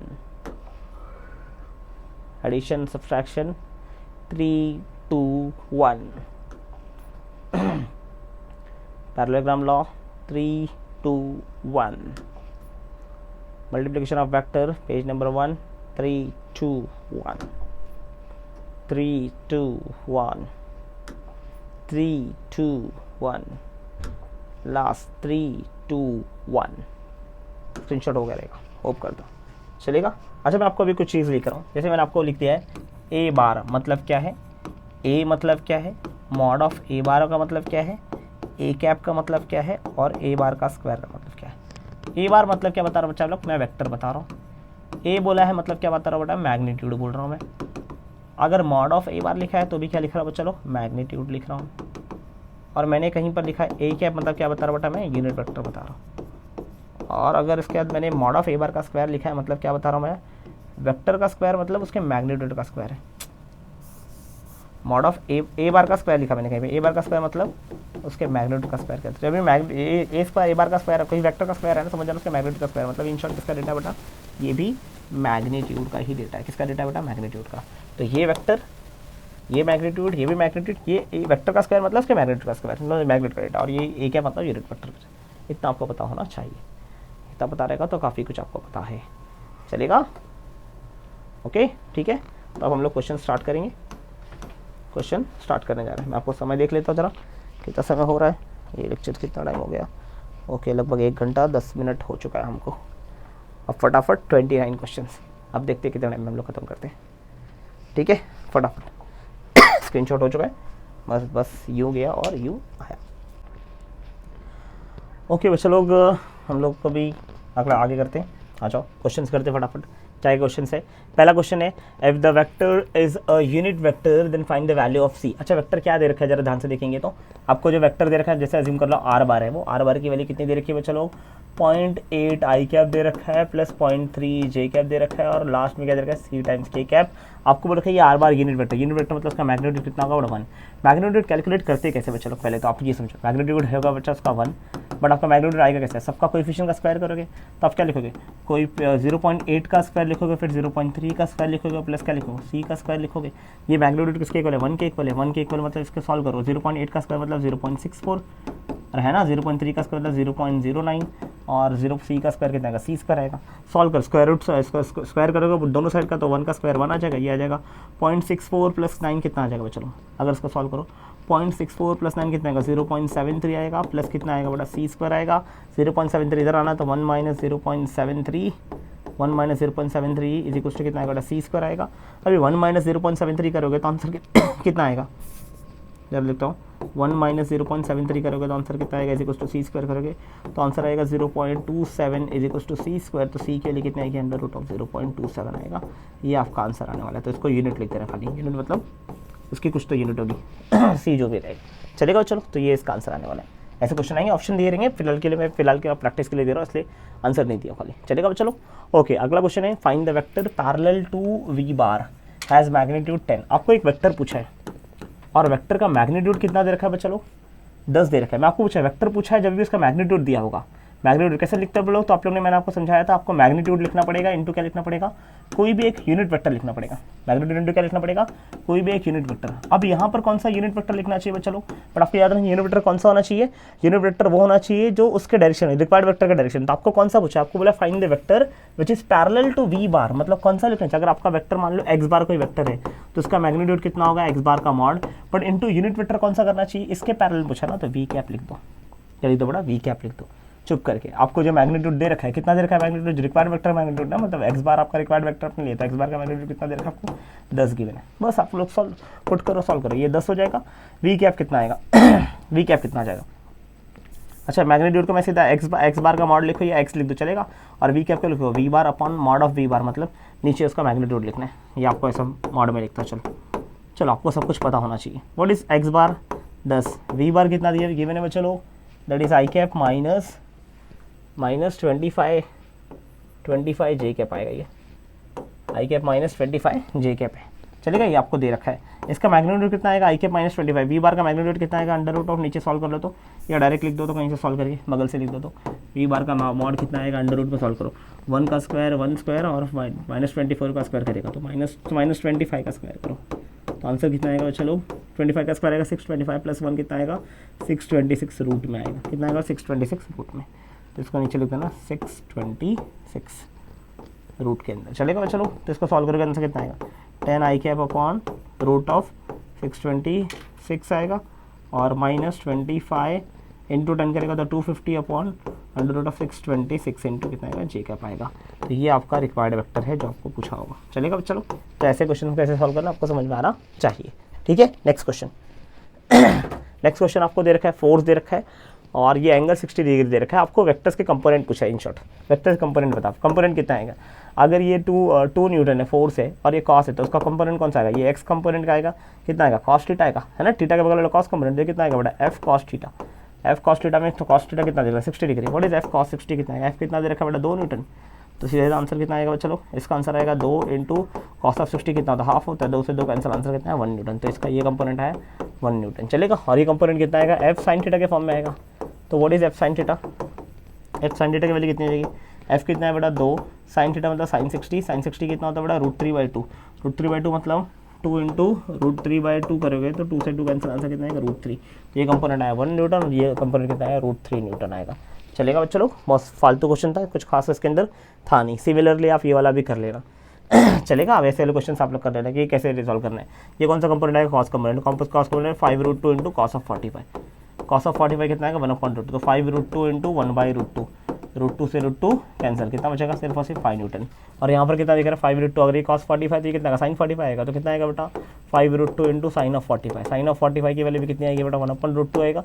जब 1/√2 बोलकर √2 से √2 कैंसिल, वापस कितना आएगा बेटा 5 न्यूटन आएगा। तो ऐसे क्वेश्चन जो भी आएंगे आप लोग सिमिलरली सॉल्व करते जाना, चलेगा अच्छा ये दिख रहा है 137 मतलब ये एंगल कितना रहेगा बेटा 53 डिग्री, सॉरी 137 नहीं रहेगा 37 रहेगा, ये एंगल कितना रहेगा बेटा 37 रहेगा,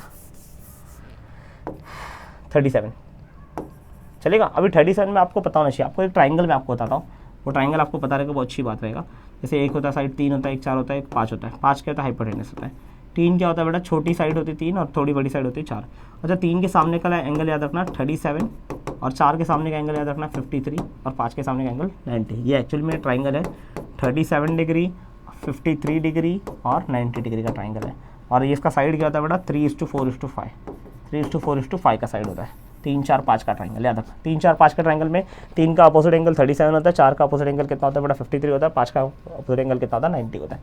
तो ये एक्चुअली में ऐसे रहता है 3x 4x और 5x चलेगा। तो 3 4 5 का ट्राइंगल मतलब 3:, इसका साइड का रेशियो कैसा होगा 3:4:5 होगा, चलेगा। तो आपको ये याद रखना। तो अगर ये 37 दे रखा है तो आपको समझना है 37 मतलब 37 वाला ट्राइंगल याद रखने का। 37 मतलब अगर ये 37 आपने देखा है तो इसके सामने का साइड होगा 3x, ये होगा 4x और ये कितना होगा बेटा 5x होगा। 3x 4x और वो कितना होगा बेटा 5x होगा। ये बात आप लोग को समझ में आनी चाहिए, क्लियर है। आ जाओ अब यहाँ से अगर मैं आपको बोलूँ ये 37 दे रखा है तो ये किसके कौन सा कंपोनेंट कॉस कंपोनेंट होगा, तो आएगा 40 cos ऑफ 37। cos ऑफ 37 का वैल्यू कितना है, cos 37 की वैल्यू कितनी आएगी बेटा एडजेसेंट अपन हाइपोटेनस ना, एडजेसेंट कितना दिख रहा है बेटा 4x, हाइपोटेनस कितना दिख रहा है 5x, तो 4/5 आंसर इसका कितना आएगा 4/5। तो इसको तुम लिखोगे क्या बेटा 40 × 4/5, 4/5 मतलब 5 × 40 होगा ना, 8 चौक कितना होगा 32, इसका आंसर कितना आएगा 32 न्यूटन। ये 32 न्यूटन आपको ये निकाला पड़ेगा। कंपोनेंट कितना आएगा चलो ये पूरा है 40 है तो 40 का 37 मतलब ये कॉस कंपोनेंट कितना आएगा साइन कंपोनेंट, तो 40 × sin of 37। What is value of sin of 37, तो 40 × sin ऑफ 37 सॉल्व करना पड़ेगा। sin 37 की वैल्यू होगी कितना, साइन की वैल्यू कितनी आएगी बेटा opposite upon hypotenuse that is 3/5। 3/5 मतलब 8 8 5 8 40 होगा, 8 3 3 कितना आंसर आएगा 24 आएगा, 24 आएगा, 24 न्यूटन आएगा, तो ये आएगा 24 न्यूटन। तो आप लोगों को ये क्वेश्चन भी आप लोग को सॉल्व हो जाने चाहिए। अगला है 26 क्या दे रखा है, सेम क्वेश्चन है खाली 53 एंगल दे रखा है, चलेगा। तो अभी 53 के लिए सॉल्व चाहिए तो आप 53 के लिए सॉल्व करो। 53 का समझता है ना, मैंने बोला था ये 37 के सामने वाला क्या होगा चलो 3 होगा 3x होगा, और 53 के सामने वाला कितना होगा बेटा 4x होगा, ये 90 ये कितना आएगा बेटा 5x आएगा। तब यहाँ पे cos ऑफ 53 कितना आ जाएगा, cos ऑफ 53 की वैल्यू बोले तो cos 53 की वैल्यू बोलो, आपको दो ही तो वैल्यू लगेगा ना, cos 53 लगेगा और क्या लगेगा बेटा sin 53 लगेगा। cos 53 क्या बोलता है अच्छा एडजेसेंट, 53 का एडजेसेंट कितना दिख रहा है 3x और हाइपोटेनस कितना है बेटा 5x। 53 का अपोजिट कितना दिख रहा है चलो 4x, एडजेसेंट कितना दिख रहा है हाइपोटेनस कितना है 5x दिख रहा है, तो ये कितना आएगा 3/5 आएगा cos थीटा और ये कितना आएगा 4/5 आएगा। खाली 3/5 4 और 4/5 पुट करते हैं आंसर आ जाएगा।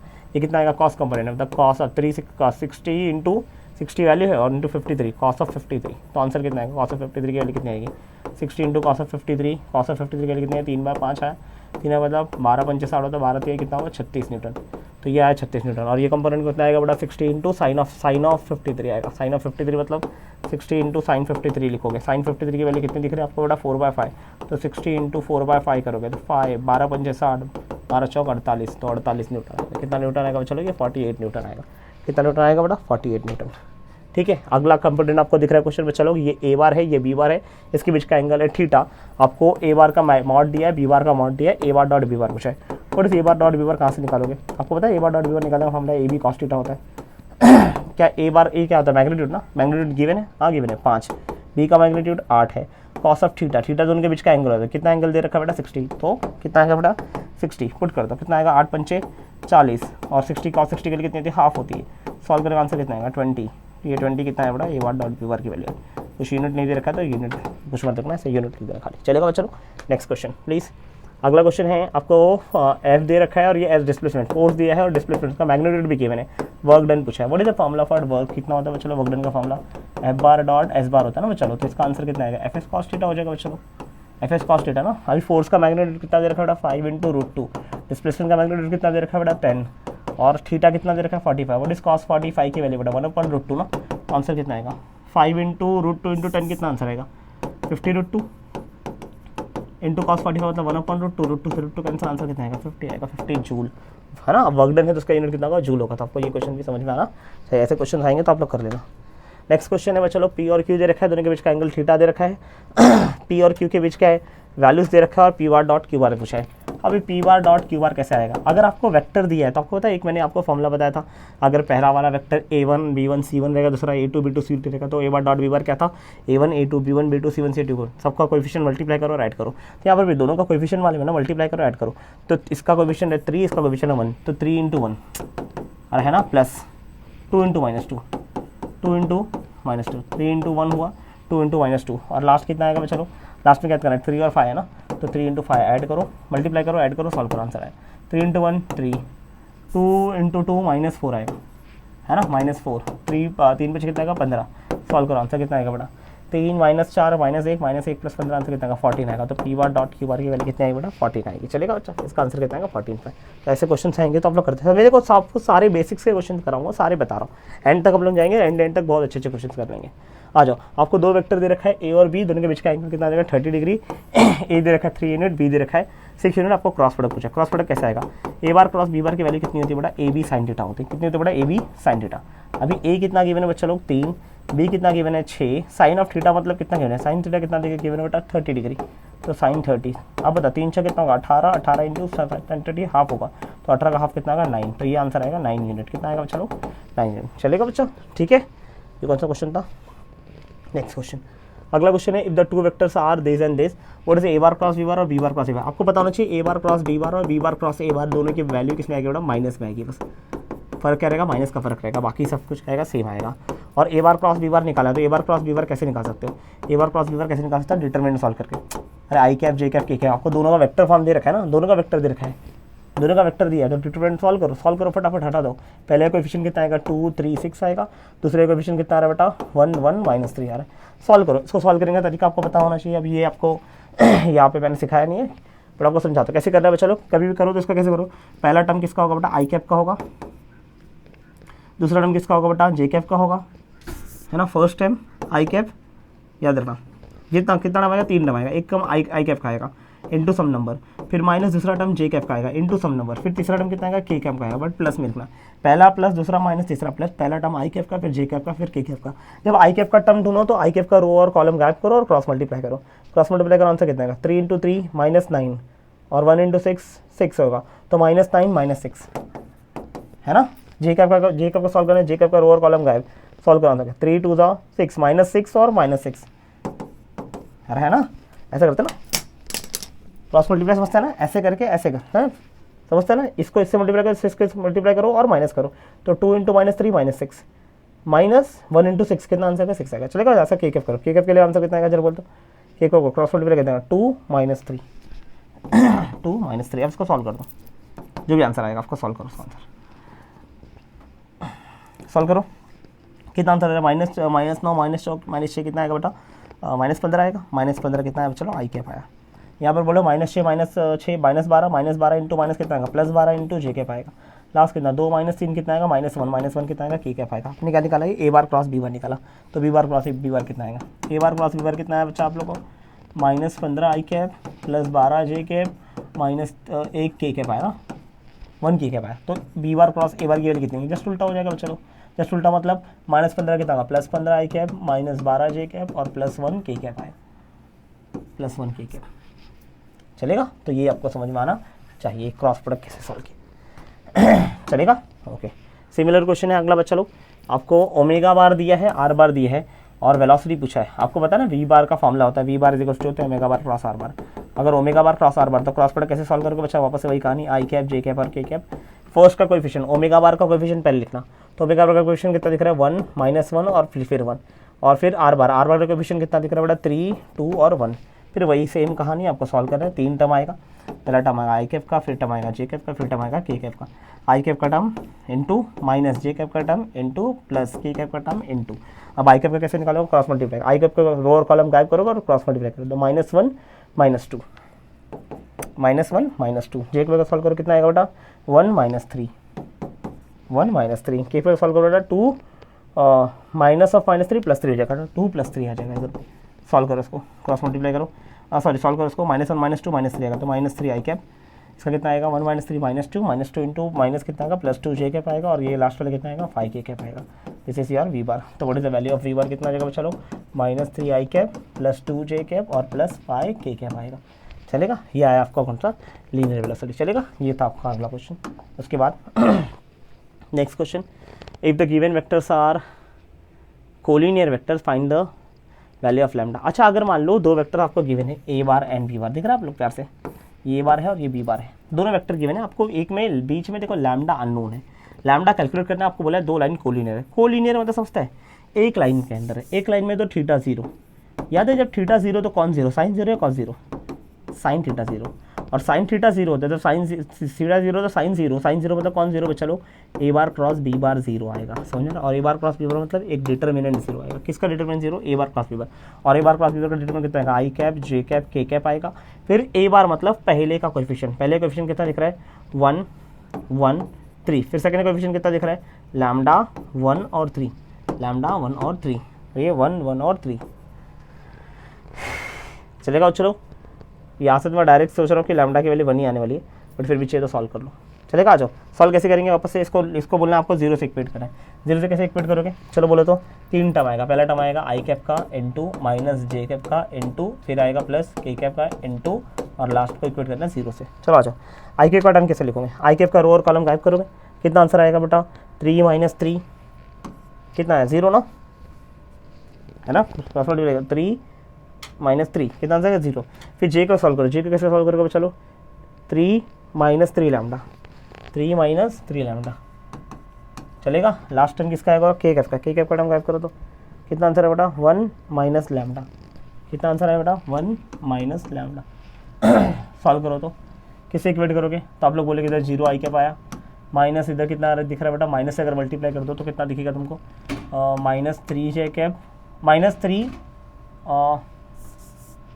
फिर ऐसे लिखता हूँ minus of 3 minus 3 lambda of J cap आया, और लास्ट में कितना है बेटा 1 माइनस लैम्डा इंटू कितना है, चलो के कैप आया, इसी टू 0 0 मतलब 0 आई कैप है, 0 जे कैप है और 0 के कैप है। तो अगर जब भी ऐसा इक्वल साइन आए तो आई को आई के साथ, जे को जे के साथ, के को के साथ कंपेयर करना। अभी यहाँ पर सब कुछ जीरो था ना, राइट में सब कुछ जीरो मतलब आई का टर्म भी जीरो, यहाँ पर आई का टर्म जीरो है, बट यहाँ पर जे का टर्म भी जीरो, बट यहाँ पर जे का टर्म कुछ और है। तो आप लोग क्या करोगे 3 माइनस 3 लैम्डा किससे इक्वेट करोगे जीरो से, जे के साथ। फिर चाहो तो के को के साथ, के का टर्म इधर कितना है बेटा 1 माइनस लैम्डा, और उधर कितना है बेटा सब टर्म जीरो था, सबको जीरो से इक्वेट कर देंगे। सॉल्व करो तो इसका आंसर कितना है 3 लैम्डा, लैम्डा के लिए कितना जाएगा 1। यहाँ पर भी इक्वेट करेगा तो लैम्डा तो जाएगा, तो लैम्डा के लिए कितना जाएगा बेटा 1 ही आएगा। चलेगा, ठीक है। नेक्स्ट क्वेश्चन इसका स्क्रीनशॉट चाहिए तो ले लो, ऐसे स्क्रीनशॉट तो मैंने किसी का नहीं दिया, तो इसका भी नहीं दूँ, बाद में सबका दे दूँगा, टेंशन मत लो। अगला क्वेश्चन है, अब यहाँ से क्वेश्चन जो स्टार्ट हो रहा है चलो ये क्वेश्चन थोड़े है क्वेश्चन दम वाले क्वेश्चन रहेंगे यहाँ से, ठीक है।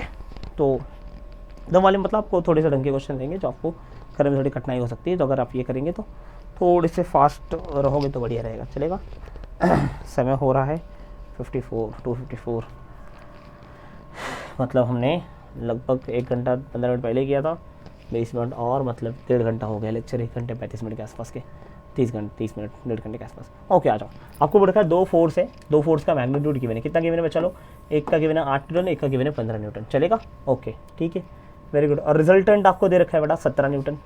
बोला angle with in the 2 force कितना होगा, 2 फोर्स है आपको समझना है, एक फोर्स है F1, दूसरा फोर्स है F2, इनके बीच का रिजल्टेंट निकालना है। रिजल्टेंट कैसे लेंगे, अब बोला है दोनों फोर्स के बीच का एंगल, नहीं रिजल्टेंट पता है, दोनों फोर्स के बीच का एंगल पूछा है।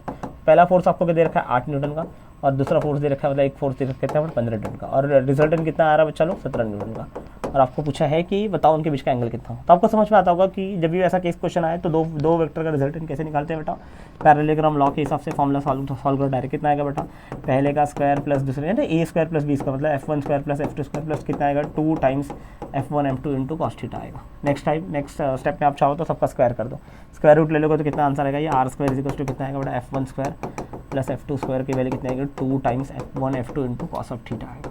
अब आपको समझा है कि आर का वैल्यू कितना गिवन है, रिजल्टेंट गिवन है 17 न्यूटन, तो 17 का square is equals to f1 कितना गिवन है 8 का स्क्वायर, f2 कितना गिवन है 15 का स्क्वायर, है ना, प्लस 2 टाइम्स 8 इंटू 15 चलेगा इंटू कॉस ऑफ थीटा। अब बताओ 17 का स्क्वायर कितना है 289, 8 का स्क्वायर कितना आएगा 64, 15 का स्क्वायर कितना आएगा 225, और इसको सॉल्व करोगे तो 2 इंटू 8 इंटू 15 करो, 8 दूनी 16, 16 इंटू या सीधा करो 15 8 कितना होता है 120 होता है, 120 इंटू ये करोगे आंसर कितना आएगा 240 आएगा, 240 कॉस थीटा। फिर से एक बार कर देता हूँ 15 8 कितना होता है बच्चा 15 चक्कर 90, 15 8 120 परफेक्ट है, 120 इंटू करोगे 240 परफेक्ट है।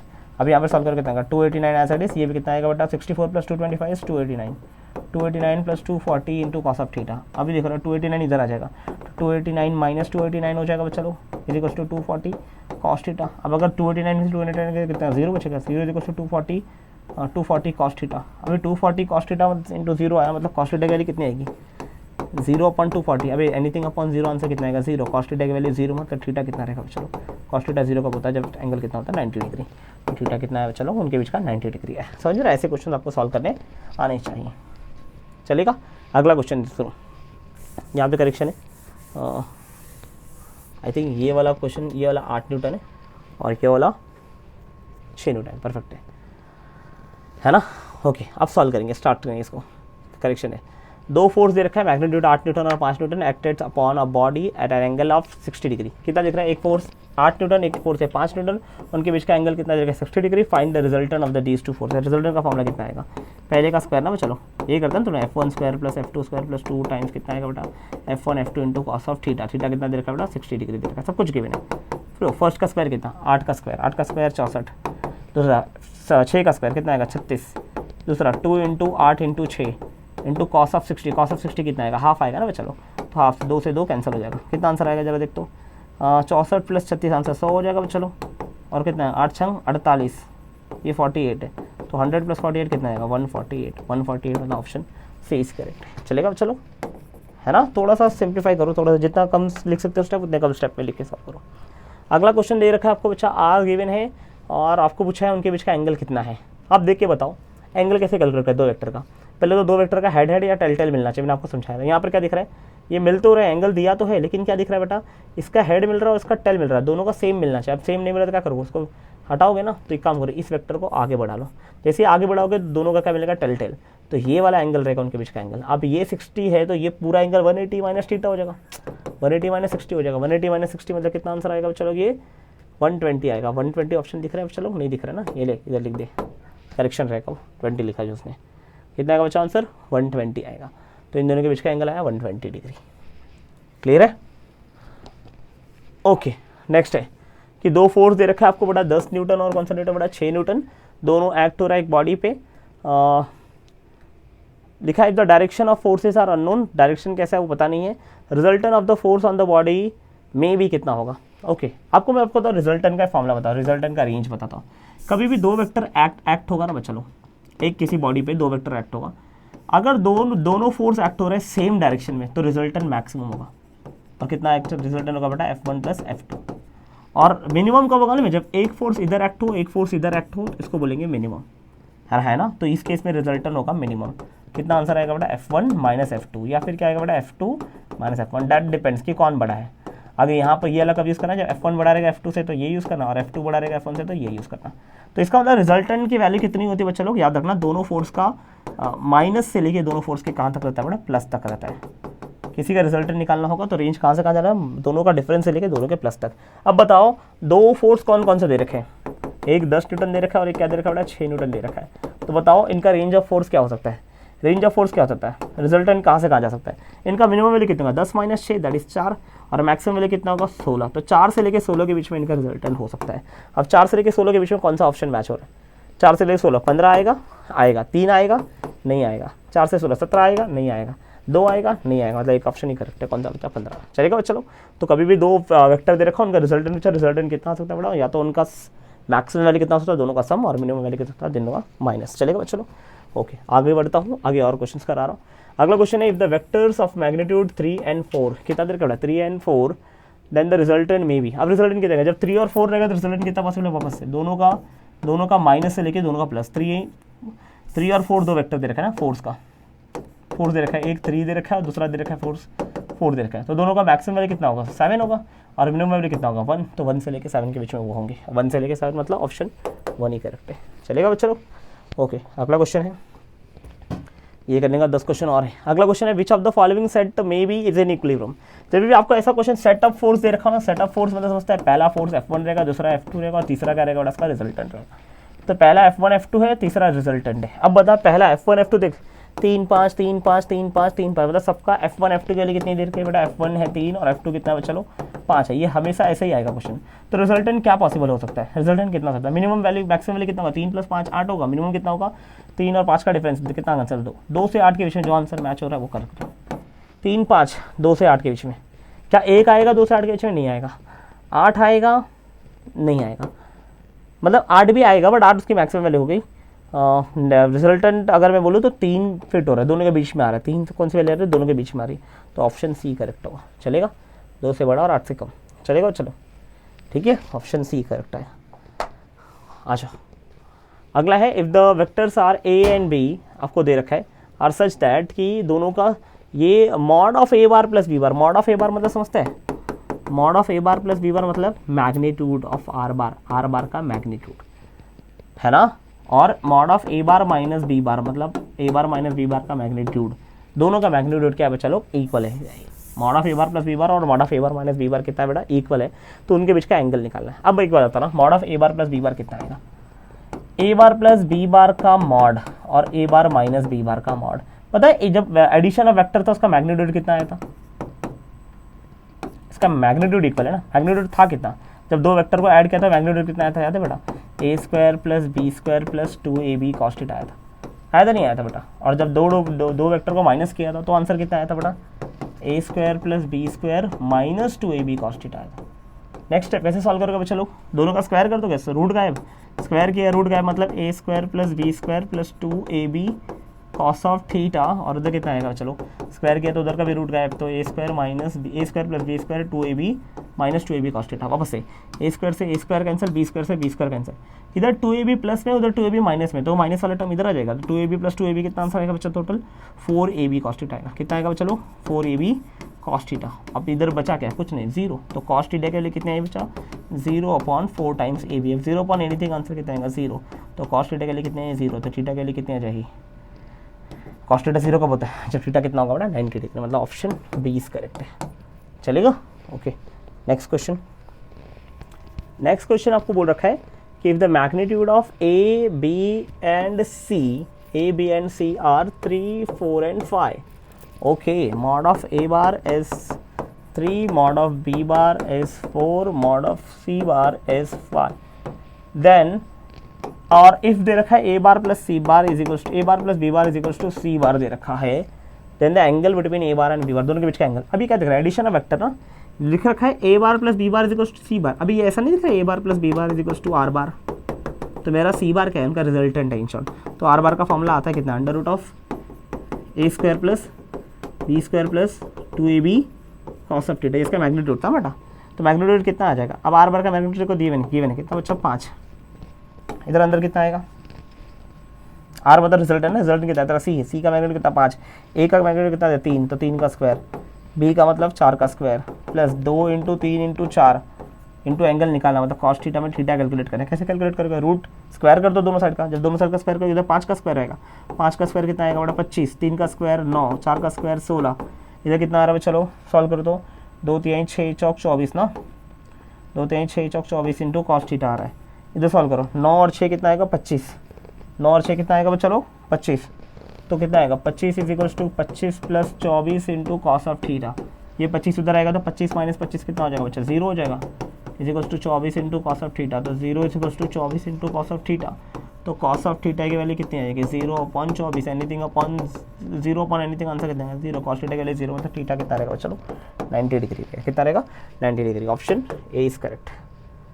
चलेगा, ये कौन सा क्वेश्चन था, ओके, पेज नंबर 41 पहुँच चुके, 49 लास्ट है, मतलब 42 49, 8 क्वेश्चन और है, ओके, 30 थे, 8 बचे, मतलब हमने 22 क्वेश्चन कर लिए, 22 क्वेश्चन कर लिए, समय देखते रहता हूँ,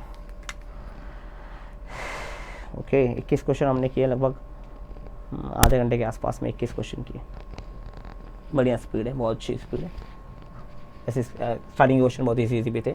वो रखा है if the sum of the 2 unit vectors also is a unit vector then find the magnitude of the vector subtraction of 2 vector, okay, आपको बोल रखा है सम ऑफ द 2 वेक्टर, जो क्या गिवन है चलो, यूनिट वेक्टर गिवन है, sum of the 2 unit vector is a unit vector, मतलब पहला एक यूनिट वेक्टर है ए बार, दूसरा यूनिट वेक्टर ले लो बी बार, और इनका सम मतलब A bar plus B bar का भी आंसर क्या है बच्चा, सबका सम आंसर मैग्नीट्यूड बना है, उसमें the sum of 2 unit vector, मतलब 2 वेक्टर का सम एक यूनिट वेक्टर है, सम ऑफ 2 यूनिट वेक्टर मतलब पहला वेक्टर भी यूनिट वेक्टर है, दूसरा यूनिट वेक्टर है, और दोनों का सम का मैग्नीट्यूड भी कितना है बेटा, यूनिट वेक्टर ही आया है, तो आपको पूछा है what is the magnitude of the vector subtraction, तो आपको मैग्नीट्यूड किसका पूछा बेटा, सब्सट्रैक्शन मतलब A bar minus B bar का मैग्नीट्यूड कितना होगा। ये what is A bar minus B bar का मैग्नीट्यूड, जब दो वेक्टर का माइनस करते हो आंसर क्या है magnitude, A square plus B square minus 2ab cos theta.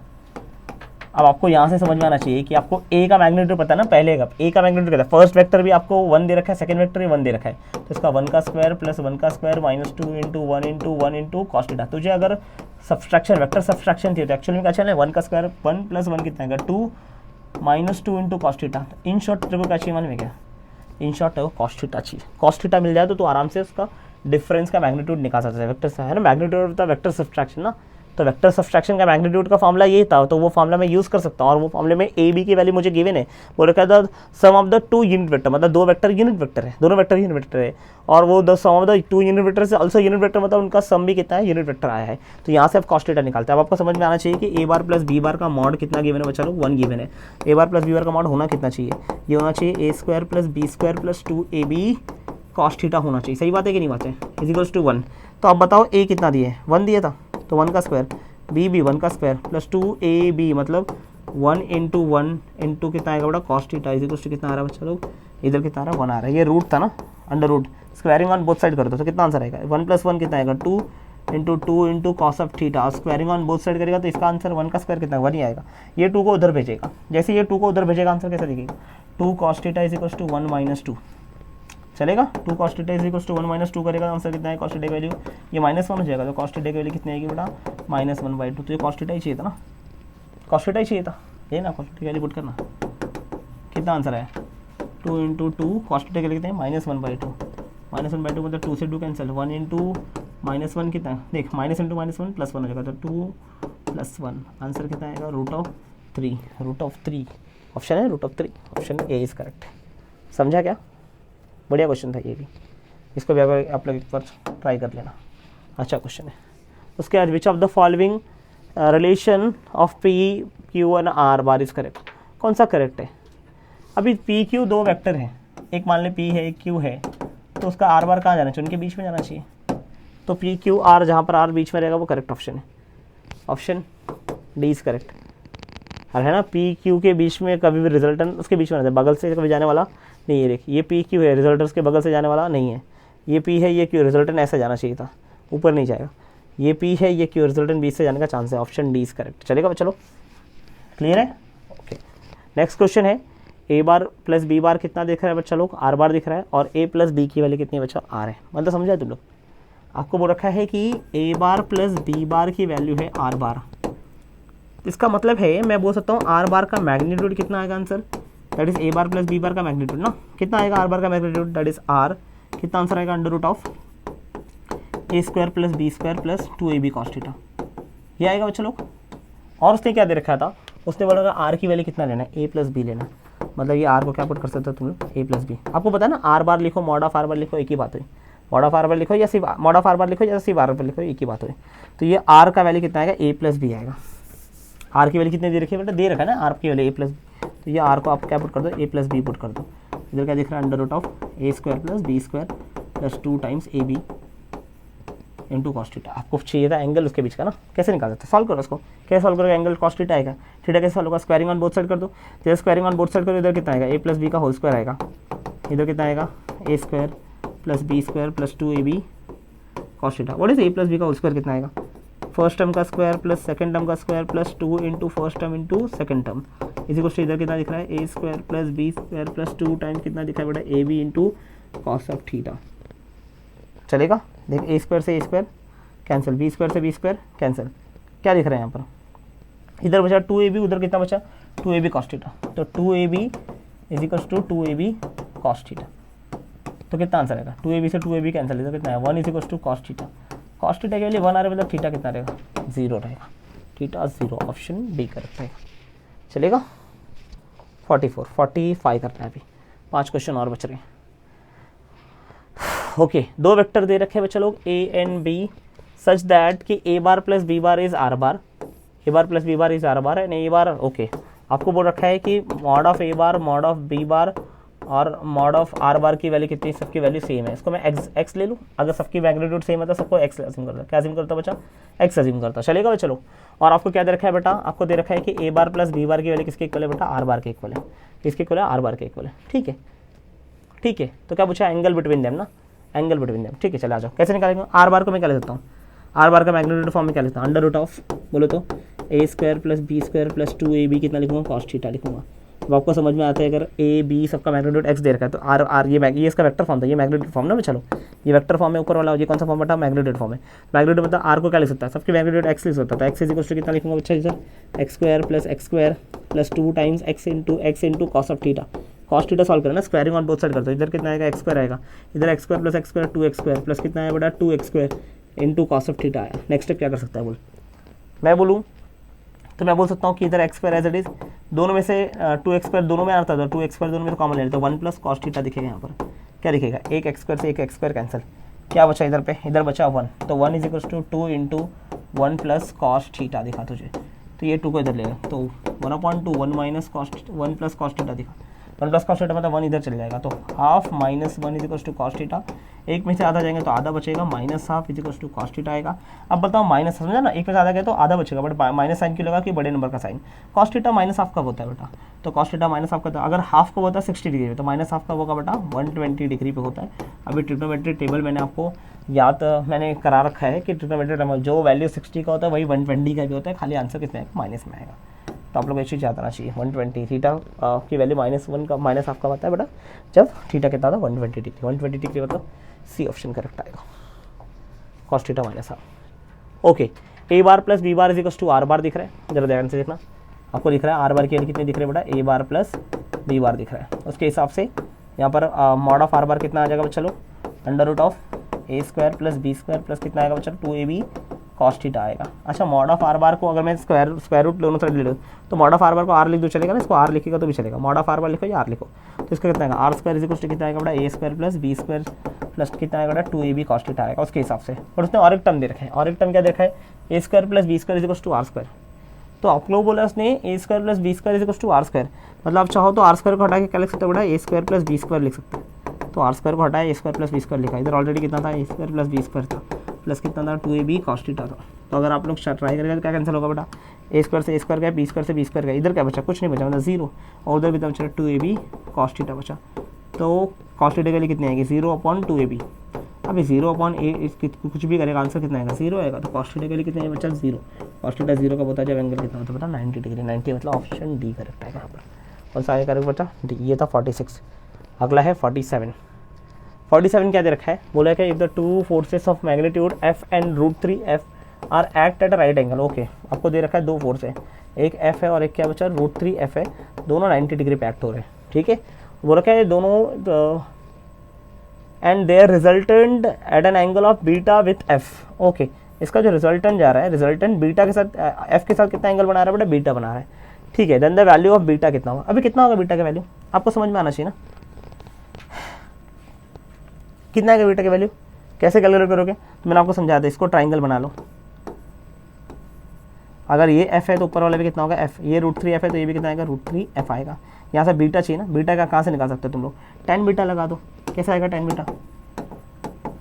Beta कैसा आएगा बेटा, अपोजिट अपॉन एडजेसेंट, अपोजिट कितना दिख रहा है √3f, एडजेसेंट कितना दिख रहा है f, तो f से f कैंसिल, आंसर कितना है √3, tan बीटा √3। अच्छा ये बता थीटा √3 कब आता है, tan थीटा की वैल्यू √3 कब आती है, जब tan कितना होता है बेटा 60 डिग्री होता है, मतलब बीटा के लिए कितनी आएगी बेटा 60 डिग्री हो जाएगा, तो option c will be the correct option, yes ना, tan थीटा 60 √3 होता है ना, √3 होता है, परफेक्ट है, चलेगा चलो। तो ये कौन सा क्वेश्चन था, क्वेश्चन अभी अच्छा है 2, 48 और 49, फटाफट 48 49 दो क्वेश्चन और ये चैप्टर खत्म आपको आज मतलब चैप्टर खत्म मुझे जितना कराना करा दिया।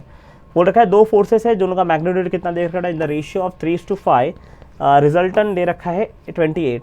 आपको बोल रखा है दो फोर्स है, पहला फोर्स है F1 और F2 का रेशियो दे रखा है, कितना दे रखा है 3:5, 3:5 मतलब F1 को आप लोग लिख सकता है 3x और F2 को क्या लिख सकता है बेटा 5x, अरे है ना, जब भी ऐसा रेशियो दे रखा मतलब पहला वाला 3x होगा, पहला वाला उसका मल्टीपल कुछ तो मल्टीपल रहेगा, तो 3x और 5x दे लेने का। और रिजल्टेंट कितना बोला लेने के लिए बेटा, रिजल्टेंट लेने बोला आपको 28, चलेगा न्यूटन। ये 3x न्यूटन है, ये 5x न्यूटन है और वो कितना है 28 न्यूटन है।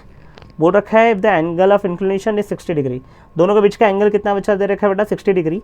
Find the magnitude of each forces, आपको पूछा है find the magnitude of the each forces. Okay, आपका एंगल भी गिवन है, कितना एंगल गिवन है बच्चा दोनों के बीच का 60 डिग्री। कितना आएगा रिजल्टेंट बेटा, रिजल्टेंट का फॉर्मूला होता है कितना बेटा, f1 का स्क्वायर प्लस f2 का square plus 2 times f1 f2 into cos of theta. बताओ f1 का स्क्वायर कितना है, f1 मतलब 3x का स्क्वायर, 3x का स्क्वायर कितना आएगा 9x स्क्वायर आएगा। 5x का स्क्वायर कितना आएगा 25x स्क्वायर आएगा। 2 इंटू कितना आएगा बेटा 3x इंटू 5x इंटू कितना आएगा चलो कॉस ऑफ 60, कॉस ऑफ 60 कितना आता है 1/2 होगा ना बच्चा। तो 2 से 2 कैंसिल, क्या दिख रहा है बच्चा इधर पे 9x square plus 25x square, इधर क्या दिख रहा है 9x square plus 25x square और प्लस इधर कितना दिख रहा है 3 बचे कितना आएगा 15 आएगा इंटू एक्स कितना आएगा x स्क्वायर आएगा। अब इसको सॉल्व करो, 25 15 कितना होगा 40, 40 और 9 कितना होगा 49x square is equal to कितना है बच्चा लोग, ये 7x स्क्वायर 7x हो जाएगा 49x स्क्वायर। ये किसके r के इक्वल, r था कितना था 28 था ना, तो 28 इंटू 7x, तो what is value of x कितना आ गया बच्चा लोग 28/7 दैट इज x की वैल्यू बड़ा 4।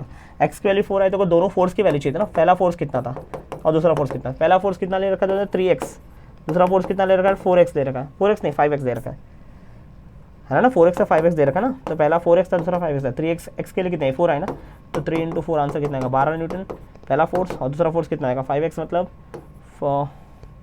5 इंटू 4 आंसर कितना आएगा 5 इंटू 4 मतलब 20 न्यूटन। 12 और 20 ऑप्शन कौन सा आ रहा है चलो डी पहला, इधर 12 और 20 देख 20 और 12 12 और 20 दोनों है, लेकिन तेरे को पहला फोर्स F1 पूछा है फिर F2 पूछा ना, F1 एंड F2 फोर्स का, तो आंसर कितना आएगा F1 कितना 3:5 दे रखा था, पहला फोर्स 3x आएगा दूसरा फोर्स 5x आएगा, मतलब 12 और 20 ऑप्शन डी करेक्ट आएगा इस केस में। लास्ट क्वेश्चन है ओके वेरी गुड, क्या बात है 45 मिनट्स में 30 क्वेश्चन मैंने एक्सप्लेन करके सॉल्व किया तुमको, काफ़ी अच्छी स्पीड है। मेरे हिसाब से 35 से स्टार्ट किया था मैंने, तो 18 हो रहा है मतलब 25 और 15 40 मिनट में हमने लगभग 28 क्वेश्चन किए, बहुत अच्छी बात है यार। 45 मिनट में बोल रहा हूँ 30 क्वेश्चन, बहुत अच्छी स्पीड है, इतनी अच्छी स्पीड मैंने आपको सिखाया है, तुम करेगा तो और जल्दी तुमको करना है, चलेगा तुम्हारे पास टाइमिंग और कम करेगा। ट्रक क्योंकि मैं तो एक्सप्लेन कर रहा हूँ ना, सॉल्व करना तो मैं और फटाफट कर लूँ।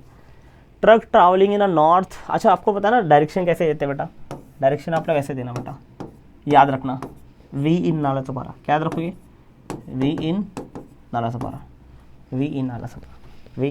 नालासोपारा, मुझे नालासोपारा का सबसे ज़्यादा यूज़फुल यही लगा है आज तक की दुनिया में, V इन नालासोपारा चलेगा। ओके आ जाओ, तो V इन नालासोपारा का अगर सॉल्व करें तो मुझे समझ में आना चाहिए, ईस्ट बोला मतलब ये x एक्सिस दिखाते हैं, यहाँ के सारे वेक्टर को i कैप से दिखाऊंगा, वेस्ट बोला मतलब -i कैप से दिखाऊंगा, नॉर्थ बोला मतलब j कैप से और साउथ बोला मतलब -j कैप से दिखाऊंगा। चलो आप देखते हैं क्या क्या दे रखा है। बोल रखा है एक ट्रक ट्रैवल कर रहा है due to north at the speed of 20 metre पर सेकेंड, नॉर्थ में जा रहा है ना, नॉर्थ मतलब ऊपर की तरफ जा रहा है, कितने स्पीड से रहा है 20 मीटर पर सेकेंड, मतलब ये क्या देख रहा है 20 j कैप दे रखा है, क्या दे रखा है 20 j कैप, ये आपको पहला स्पीड दे रखा है।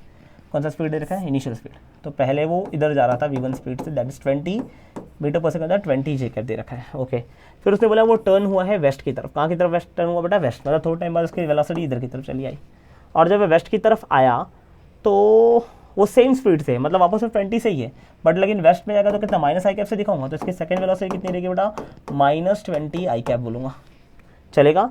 तो बोला है तो what is change in speed कितना आएगा, चेंज इन स्पीड कितना, what is formula for the change in speed बच्चा लोग, दैट इज v2 - v1 ना, फाइनल माइनस इनिशियल, फाइनल कितना दिख रहा है -20 i कैप और इनिशियल कितना दिख रहा है -20, सो इनिशियल मतलब एक्चुअली में -20 है और फिर माइनस इनिशियल करना है, वो कितना दिख रहा है j कैप दिख रहा है, तो इनिशियल आंसर कितना आएगा -20 i कैप -20 j कैप। अब बताओ मेरे को -20 i कैप और -20 j कैप ये डायरेक्शन किधर जाएगा, दोनों का दोनों माइनस है, दोनों का दोनों माइनस कब होगा बच्चा लोग, जब ये कौन सा डायरेक्शन में होगा बताइए, देखिए देख तो ये है वेस्ट डायरेक्शन, ये है साउथ डायरेक्शन, कौन सा डायरेक्शन है वेस्ट डायरेक्शन और साउथ डायरेक्शन, -i कैप और -j कैप कहाँ जाएगा वेस्ट और साउथ, मतलब साउथ वेस्ट डायरेक्शन है, कौन सा डायरेक्शन रहेगा south west direction. South west direction कौन कौन सा बच्चा लोग, एक सी ऑप्शन है और एक कौन सा बेटा डी ऑप्शन है, और इसमें चेक करना पड़ेगा मैग्नीट्यूड दे रखा है, मैग्नीट्यूड कैसे कैलकुलेट करेगा इसका, डेल्टा वी का मैग्नीट्यूड कैसे आएगा √, पहले कोएफिशिएंट का स्क्वायर मतलब -20 का स्क्वायर प्लस -20 का स्क्वायर, सॉल्व करेगा आंसर कितना आएगा बेटा, ये भी आएगा 400